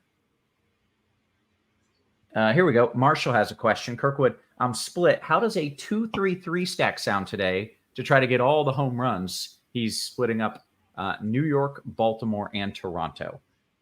Yeah, it's all right. Yeah, very good. All right. DKGVP, Kirkwood, your favorite pitching pairing, please. For DK, I'm keying in on my same guys, so I would say Senga and Kikuchi. And it's kind of chalky, but I don't really care.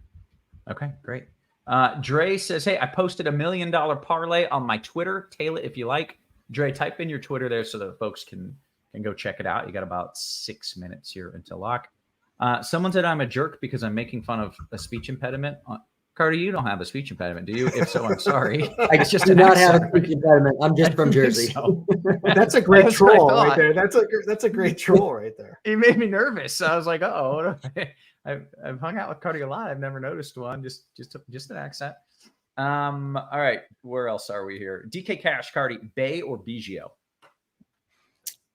Bay for me. It's a pretty solid stolen base spot, which is like most of Bay's skill set. So I like him tonight for cheap. Nice. Okay. We Major says, Carty, your favorite pitcher to take down a FanDuel large field tournament? The problem is all the pitchers that are in play tonight are kind of the same. Give me Logan Allen. He's one of the cheapest of the viable ones and projects for the lowest ownership. So Logan Allen. Okay. Hoosiers Hang Banner says, important rib question. Baby back St. Louis or country style ribs? Yes. I made some St. Louis ribs the other day that were like super elite. So I'm going to go with that. Anyone have a strong rib take or no? They're good. No I don't have a strong take, which one I like more. They're all delicious. Yeah. All right.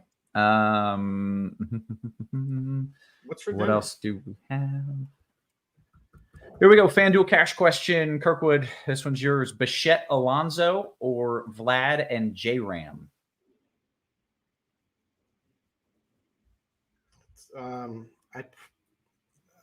I like Alonso so much that I'm going to say the first, but Bichette is coming off of an injury and a little scary, and I think you're losing a little upside from stealing bags that he used to do. So I wouldn't fault you if you go the second option. Okay, very good. Kirkwood, right back to you here. FanDuel single entry, Gunnar Henderson or Jose K.O. Ramirez? I'm all about Gunnar tonight. Oh, was it J-Ram who knocked the dude out? Is that why he's K.O. Ramirez? Yeah. Yeah. That was a good pit. That was a good punch, man. That was Tim Anderson, but it was Tim Anderson that got knocked out. That got jacked up. Let's see. Rukin Verde says, Carty, Mitch Keller. How crazy is it to use him as a contrarian play in a large field GPP pairing him with Senga? I'm fine with Senga. I mean, Keller's facing Atlanta, and you're getting no discount on him. So, personally, I think it's too weird. Yeah. Okay. And there's a lot of it's not as if there's no good options, right? There's 5 options who are like, one of those is going to, like, a few of those guys are going to do okay, right? Yeah. I don't hate it for like incredibly large field. Yeah. Like the biggest ones. Yeah. All right. Let's see. Angel stack in a high dollar single entry. Kirkwood, I want your thoughts on that. We kind of got Carty's take earlier, I believe. Meh. I don't really like them. Yeah. All right. Okay. We still have like 3-4 minutes here. DK single entry GPPs. Carty, you want Alvarez and JD or Diaz and Mullins? Parentheses. I'm stacking the Dodgers with a Baltimore mini. Probably Diaz Mullins, but it's close. Okay. Beaner says, Kirkwood, do you like you boys like the Mets tonight? You like the Mets tonight? I love it, Beaner. Let's get it. Beaner's a great approve. Name, right? It is. It's fun to say. I always go out of my way to make sure I say his name. It's just fun to say. Amateur hour, single entry GPPs. Kirkwood, I'm coming back to you. Any interest in Kirk at catcher? Yeah, I do. I think he's fine. Okay, great. Carty, thoughts on Black and Keuchel? Just the two ugliest sounding names, Black and Keuchel, for tournaments to fit in some high price bats. Sorry, in what? In GPPs. In GPPs, my man.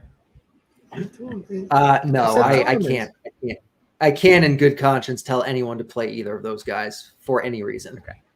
Yeah, all right. That's fair. Yeah, like 3 entry max. Go for the strikeouts with Severino if you're going to play it. You know, like hope that he like comes back.